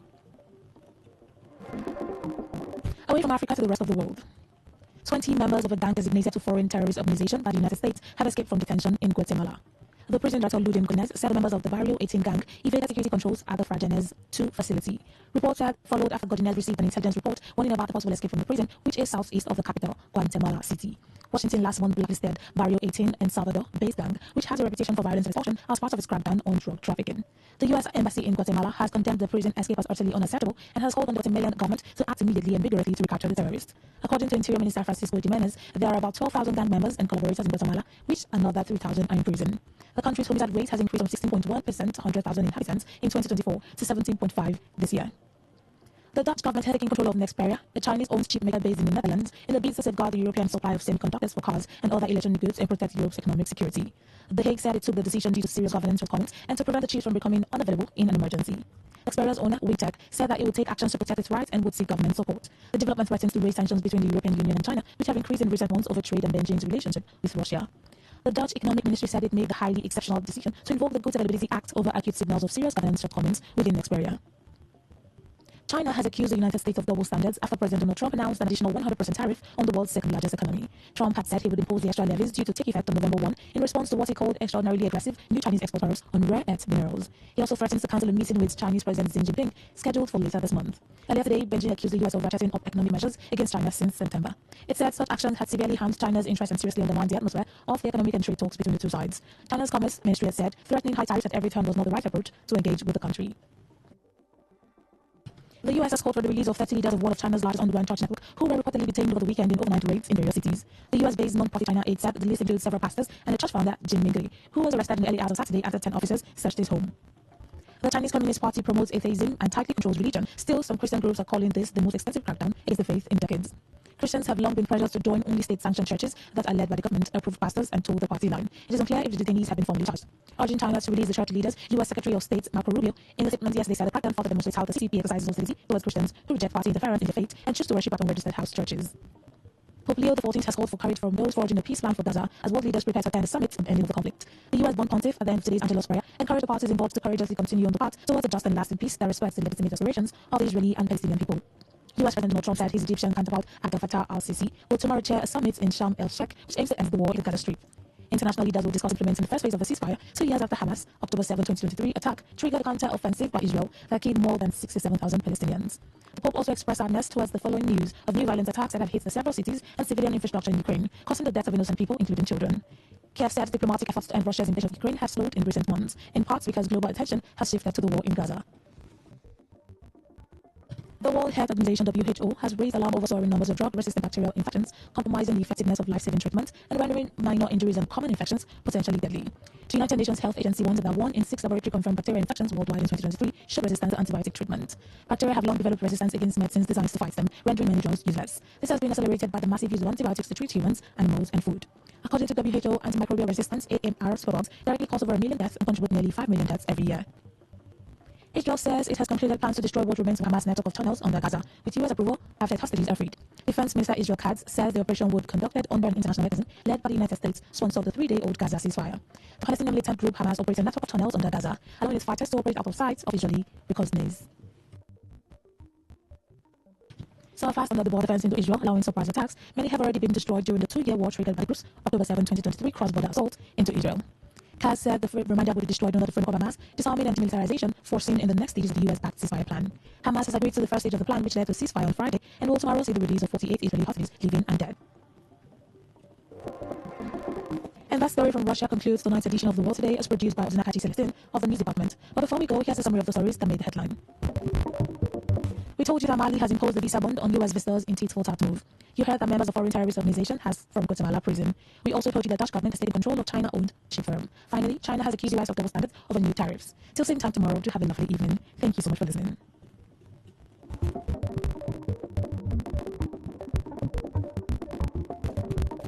Today's news, today's entertainment, today's sports, today's issues, today on Today 95.1 FM, Fort Harcourt. Tune in for a journey beyond ordinary.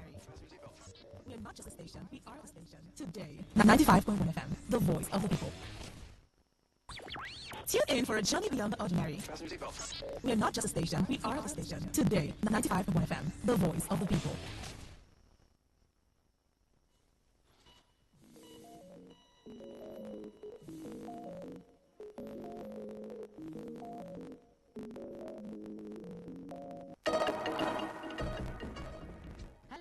Michelle, and here's what's coming up for you on this edition of Focus on Africa. A blockade by militants paralyzes the Mali Central Trade Corridor.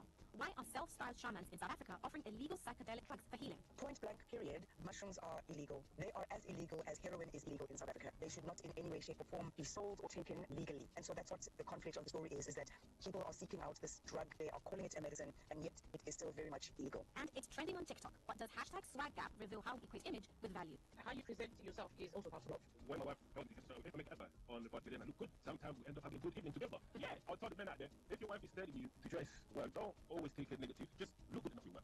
It's Monday, the 13th of October. First, we go to Mali. That's the sound of Bamako's busy streets, filled with hundreds of motorists queuing up at petrol stations for fuel. And that's where we begin today, in Mali, as weeks of attacks by Al-Qaeda-linked militants have crippled a key supply route linking the capital with neighboring Senegal. Fighters from the Jamaat Nusrat al-Islam Wali Muslimin, otherwise known as JNIM, have torched tank convoys, triggering fuel shortages, soaring prices, and long queues at petrol stations. The Malian army says it stepped up aerial patrols and bombardments along the main highway, while reports indicate officials have opened indirect talks with the militants, though no deal has yet been reached.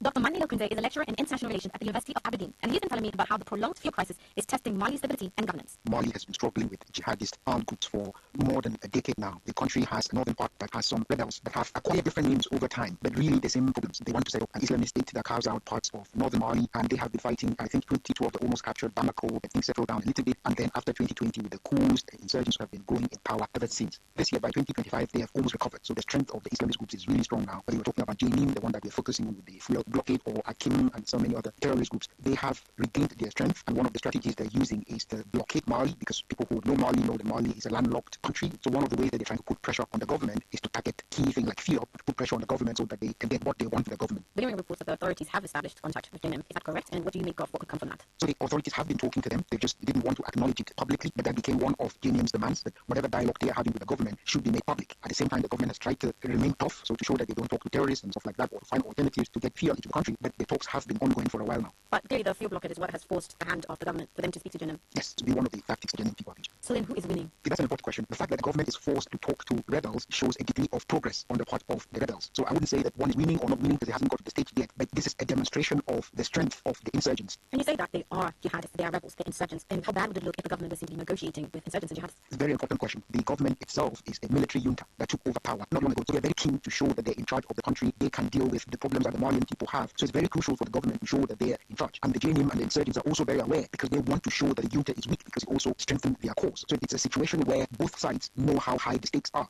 Let's talk about the people of Mali and how they are impacted. What kind of effect is the fuel blockade having on them? There are reports that we're hearing of power blackouts in Bamako and problems at petrol stations. Yes, as you feel, the 21st century setting is life. So you need fuel to move people to work, you need fuel to move food. So it's a crucial thing that is affecting lives generally across class and across cities, rural as well as urban areas. Transporting anything into Mali is expensive because it's a landlocked country. Fuel prices have already been very high. Fuel has already been rationed in certain places. So by putting extra pressure on fuel, you're putting pressure on almost everything else that requires fuel. So blackouts are even least to talk about, because the real thing is transportation of food, medicine, people. That is really having an impact. impact that is increasing poverty in Mali. So then how does the government go about ending this conflict? Is a negotiation like this likely to bring about positive change, especially for the people of Mali? Or are we likely to see it continue to be played out on the battlefield? Negotiations could help, but it's politically risky for the government because, like we said earlier, if they appear to be capitulating to the insurgents, then their own position is weakened. But they are also doing other things, like they're trying to have convoys move the fuel. They're trying to have direct relations with countries like Cote d'Ivoire, so all this fuel can be driven in by military trucks. Even if you're able to do that, it's very difficult to scale that kind of operations. You're taking soldiers away from other security issues for them to be moving fuel. So that in itself is not going to solve the problem, because if you bring those quantities that are not large quantities, it still may not affect the prices, because what Malians need is large quantity of fuel at lower prices. Dr. Mali Lakunze, lecturer in international relations at the University of Aberdeen. A new BBC Africa Eye investigation has revealed that self-styled shamans in South Africa are offering psychedelic drugs to individuals who are seeking help for mental health conditions. According to the World Health Organization, 1 in 2 people around the world may experience some form of mental illness, and more of them are turning to these forms of unregulated and illegal treatments that medical experts warn could cause serious harm. There's also the potential of this becoming a multi-billion-dollar global industry.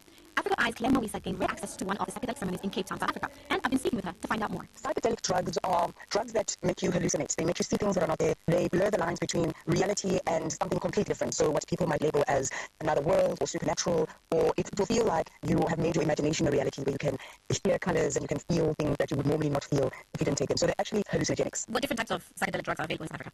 So the most popular ones are the magic mushrooms, because they've got an active ingredient called psilocybin, and you can find that in various types of magic mushrooms. And I think there are psychedelics that are pharmaceutically made, that are man-made, but the most popular ones in South Africa are the mushrooms, because people can grow them in their own homes and they're quite relatively easy to find and buy. So in South Africa, those are the ones that are most prevalent. And you've mentioned what happens when one is on them, but what are some of the side effects of psychedelic drugs? The side effects of psychedelics are really different person to person. So if I had to take the same quantity and you had to take the same quantity, you and I would still have very different experiences. So for some people, they'll go into a dreamlike state, they will see things and they'll hallucinate. And for other people, it really might affect any pre-existing conditions that they might have. So if they have any heart conditions, or if they have asthma, or if they have anything that's already pre-existing, a psychedelic could exacerbate that. And I think one of the worst things that could happen on a psychedelic drug, obviously, is death if you have too much of it. But as well, there's something called psychosis, where you don't come down from the high. You are in the dreamlike trance state and you're seeing all these incredible colors and feelings, and you're experiencing all these magical things. And the psychosis is when you don't stop feeling that feeling. And that can become quite a scary experience for whoever's ingested the drug. So there are various risks, but it depends on the person. And there are some people out there who actually consider and say that magic mushrooms are medicine. And you covered this in the documentary. So tell me, what is the law then when it comes to the use of this substance? Point blank, period. Mushrooms are illegal. So the active ingredient in magic mushrooms, the psilocybin that I mentioned earlier, they are as illegal as heroin is illegal in South Africa. They should not in any way, shape or form be sold or taken legally. And so that's what the conflict of the story is that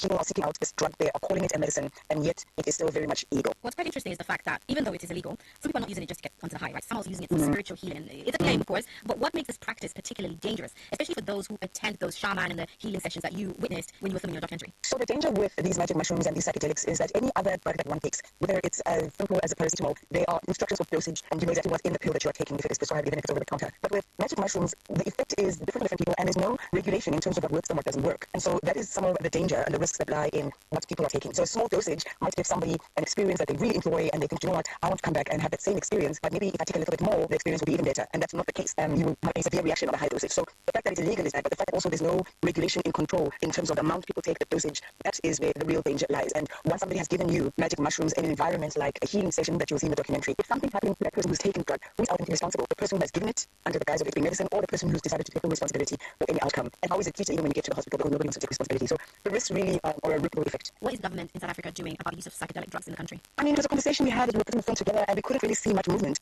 Yes, there have been arrests here and there, and people come out on bail, and it doesn't seem like there's a lot of enforcement. The government does know, and the police do know it's a drug that's becoming more prevalent and growing. But if you compare it to the other drugs that are readily available, it is still quite a small player, if you will. So there are other drugs that are street drugs that are very accessible, quite cheap, are wreaking havoc in communities, and I think the priority is to crack down on those drugs. BBC Africa Eye reporter Claire Moisa. Experts in the medical profession are clear on taking psychedelic drugs. They say taking this illegal, unregulated drug remains dangerous territory, and the South African government stands on psychedelics that they're illegal, possess, manufacture, or sell. To watch the full documentary, search Shadow Healers on BBC Africa's YouTube channel. Now let's talk fashion, status, and social media. Have you ever heard of the term swag gown? It's a phrase trending on TikTok, and it's all about when one person in a relationship is way more stylish or confident than the other. As one TikTok user simply put it, don't put me down to your level when it comes to being stylish. But it's not just about clothes. If you're from a slightly older generation of Gen Z like myself, you may recognize the term swagger, which is where swag comes from. It's the kind of self-confidence you show through your vibe, your fashion, and how you carry yourself. So today we're asking, is a swag gap between a couple really a deal breaker? I spoke with Frankos and Onela Chimpuki, known as Frankos Chimps and Mamu Chimps on social media. They are American from the Democratic Republic of Congo, and they've built a massive following showing up in style and in sync. They have amassed over 1 million followers on TikTok who tune in to watch their love, looks, and vibe. So how important is swag for Mamu and Francos? I feel like when we pick out, we just represent each other, you know, so either together or on your own. So it is very important. He's representing you, right? What about you, Francos? Do you care? I can say I do, and at the same time I don't. I grew up with the reflection of if my content as my character as a person is good enough, and the inner aspect of my being is not really as important. But at the same time, being with a person that care about an image like that has sort of pushed me to starting to care. Whereas before I wasn't really on. Okay, so let's give our listeners a little bit of context. You two are married, right? How long have you been married for? 4 years. 4 years. So then this decision that, okay, we're going to be obsessed with being stylish, what about the swag? Has it always been like that for you guys from the time you met? Or like you said, Francos, it kind of grew on you and you said, right, I'm going to be like my lady. I guess good enough, I would say. But to her, not good enough wasn't good enough. So as the relationship grew, she kind of had a lot of influence on how I was facing till now. She's been able to mold me into the look that she wanted to see from me. So I would say he had a both. When we met, I was already a public figure. So she was like, you're a public figure. People look up to you. Young people get inspired by you. You need to come across a certain way. So it became a big thing from the beginning of our relationship as we got together. I mean, young people are the reason why we're talking about this because TikTok, it is trending all over, that hashtag swag gap. And you guys are definitely doing a lot on social media because you have over 1 million followers on TikTok. So would you say that social media has anything to do with the way you dress then when you go out? Yes, kind of actually. It's okay, it's a safe space. I just want to step out, I'm going around the shop. She'll be like, you know, guess what? We just like that. But I mean, and then, yeah, he just doesn't care. Yeah, and then when we do step out, and then on the road, we meet someone that recognizes her, she'll be like, I told you to get up. You see? And how does that? Like, imagine if it was just the way it was getting, I told you to do so. But it's true. It's a representation, you know, and I feel like when we go out, it is, we have to put in like the minimum, right? You just have to look presentable. She made sure that we sort of match the colour. We have to put in. Like I always say, when we step out to events, they need to know and see that we were there. I'm dressing to impress when we go out, so you remember that we were there. That was content creators Francos and Onella Chimpuki. But we all know that love is deeper than most fashion sense, right? Or is it more complicated than that? I got relationship psychologist and media consultant Angela Mutanda on a call, and I started by asking Angela if this trend could indicate deep challenges between a couple. It's how they look, it's how you feel when you're around them, it's your value system, it's your beliefs, it's what you share and have in common. And for me, a red flag looker, if this is the most important way that you see yourself within that relationship, it's when it's an issue of I am the stylish one, I am the fashion forward one, and when we go out together, I mock my partner, whether it's in an overt or a covert way. So if you imagine you're in a large group of friends and everyone's complimenting you on how you look and you take those compliments and then you make a side statement and say, well, look at the state of my partner, that's when you have massive red flags in that relationship. And in your field as a relationship psychologist, have you seen that this is a norm? There's a lot of people who care about the way their partners dress in such a way that those actions may be what they do. I wouldn't say it's a norm, but it sometimes becomes weaponized. Let's say on the therapy room with a couple, and they are angry with each other, they're at odds with each other, they're challenged by their relationship differences. And what one might say to the other is, and look at the state of them. And it's when you hear something like that, you think, okay, that's a very pointed criticism of their partner. What else is going on in this relationship that has caused this power imbalance? And why are they using that as a weapon? When does helping a partner with their appearance cross the line into control? When the partner is not involved and they're your object. So when you've got somebody saying, you know, look, I know you don't care about clothes, I know you don't care about stuff, but we're going to this event, would you like me to help you find an outfit that you feel good in? And the partner says, no, I'm good, I'm happy with the way I dress. And that partner backs off and says, okay, you do you, that's okay. That's not pressing one, that's respecting each other's spaces and treating your partner as an equal. When it crosses the line and it becomes coercive and controlling is when you will wear what I tell you to wear because you are not dressed the way I like and I want to see with you where you look like you. Relationship psychologist and media consultant Angela Mutanda. Today's edition of Focus on Africa was put together by Josephine, Mark Wilberforce, Stefania Okebeke, and Yvette Twegler Maria. Patricia Whitehorn was the senior journalist, and Chris Kozaris the technical producer. Our editors are Andre Lombard and Alice Mutengi. I'm Yasha Michelle. Thanks again for tuning in. Radio has never been this good. Today, 95.1 FM, Port Harcourt. This is Today, 95.1 FM, Port Harcourt, place of the people.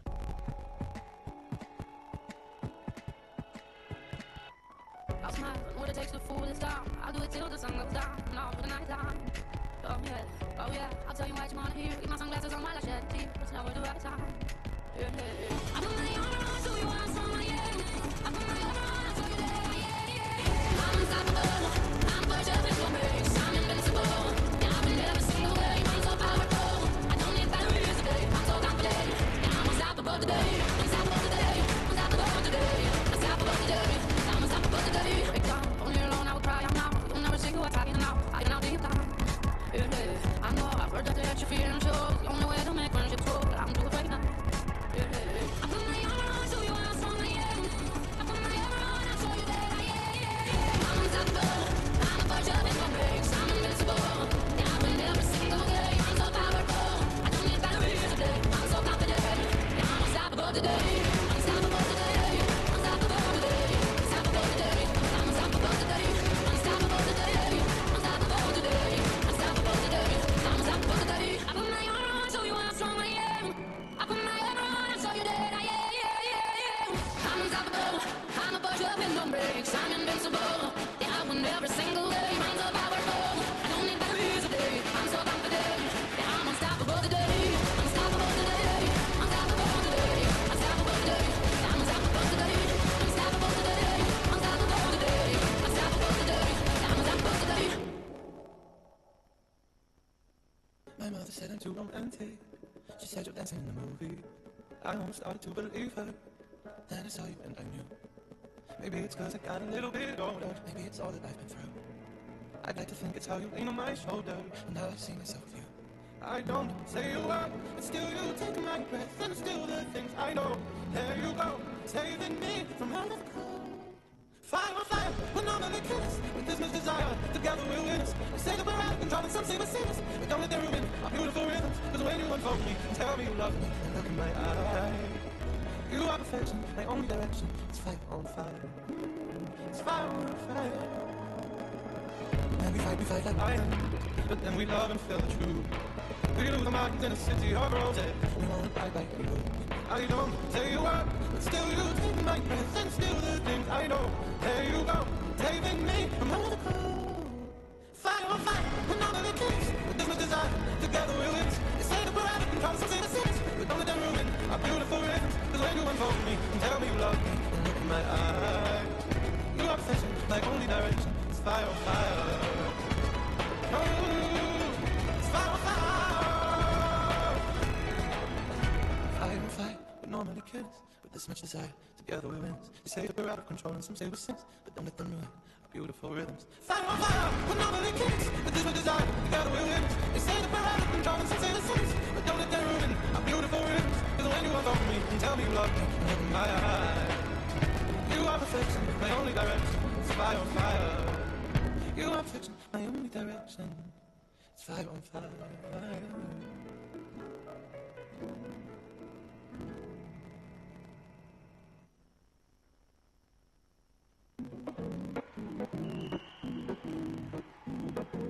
Here's to the ones that we got. Here's to the wish you were here, but you're not. Cause the dreams bring back all the memories of everything we've been through. Toast to the ones that we made. Toast to the ones that we lost on the way. Cause the dreams bring back all memories. And the memories bring back joy. There's a time that I remember, and I did not know no pain. When I believed in forever, everything would stay the same. Now my heart feel like December. Somebody say all day, cause I can't reach out to call you. I know I'll be one day. Everybody hurts sometimes, everybody hurts someday. Everything will be alright. Only the person say, here's to the ones that we got. Just to the wish you were here, but you're not. Cause the dreams bring back all the memories of everything we've been through. Toast to the ones here today. Toast to the ones that we lost on the way. Cause the dreams bring back all the memories. And the memories bring back joy. Memories bring back joy.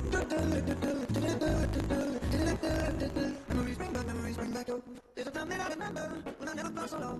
When I felt all the hatred, but you come for a star. Now my heart feel like an ember, and it's not enough to die. I'll carry these torches for you, but you know I never drop. Yeah, everybody hurts sometimes, everybody hurts someday. Everything will be alright, only the person say. Here's to the ones that we got. Cheers to the wish for you, but you're not. Cause the dreams bring back all the memories of everything we've been through. Toast to the ones in today. Toast to the ones that we lost on the way. Cause the dreams bring back all the memories. And the memories bring back joy. Memories bring back joy. Memories bring back joy. Memories bring back joy. Memories bring back joy. Walking through the door of soul and lonely, place that used to feel like us. Remembering the only thing that made me feel like I was worth the love. We used to hold hands out and dance alone. We had Springsteen playing so loud. We danced in the park, it felt like home. With you, home was anywhere. But you will never be left behind. Give me a moment, I need to live more time. If I could, I would make things right. We can't go back to the way that we used to. Never a place that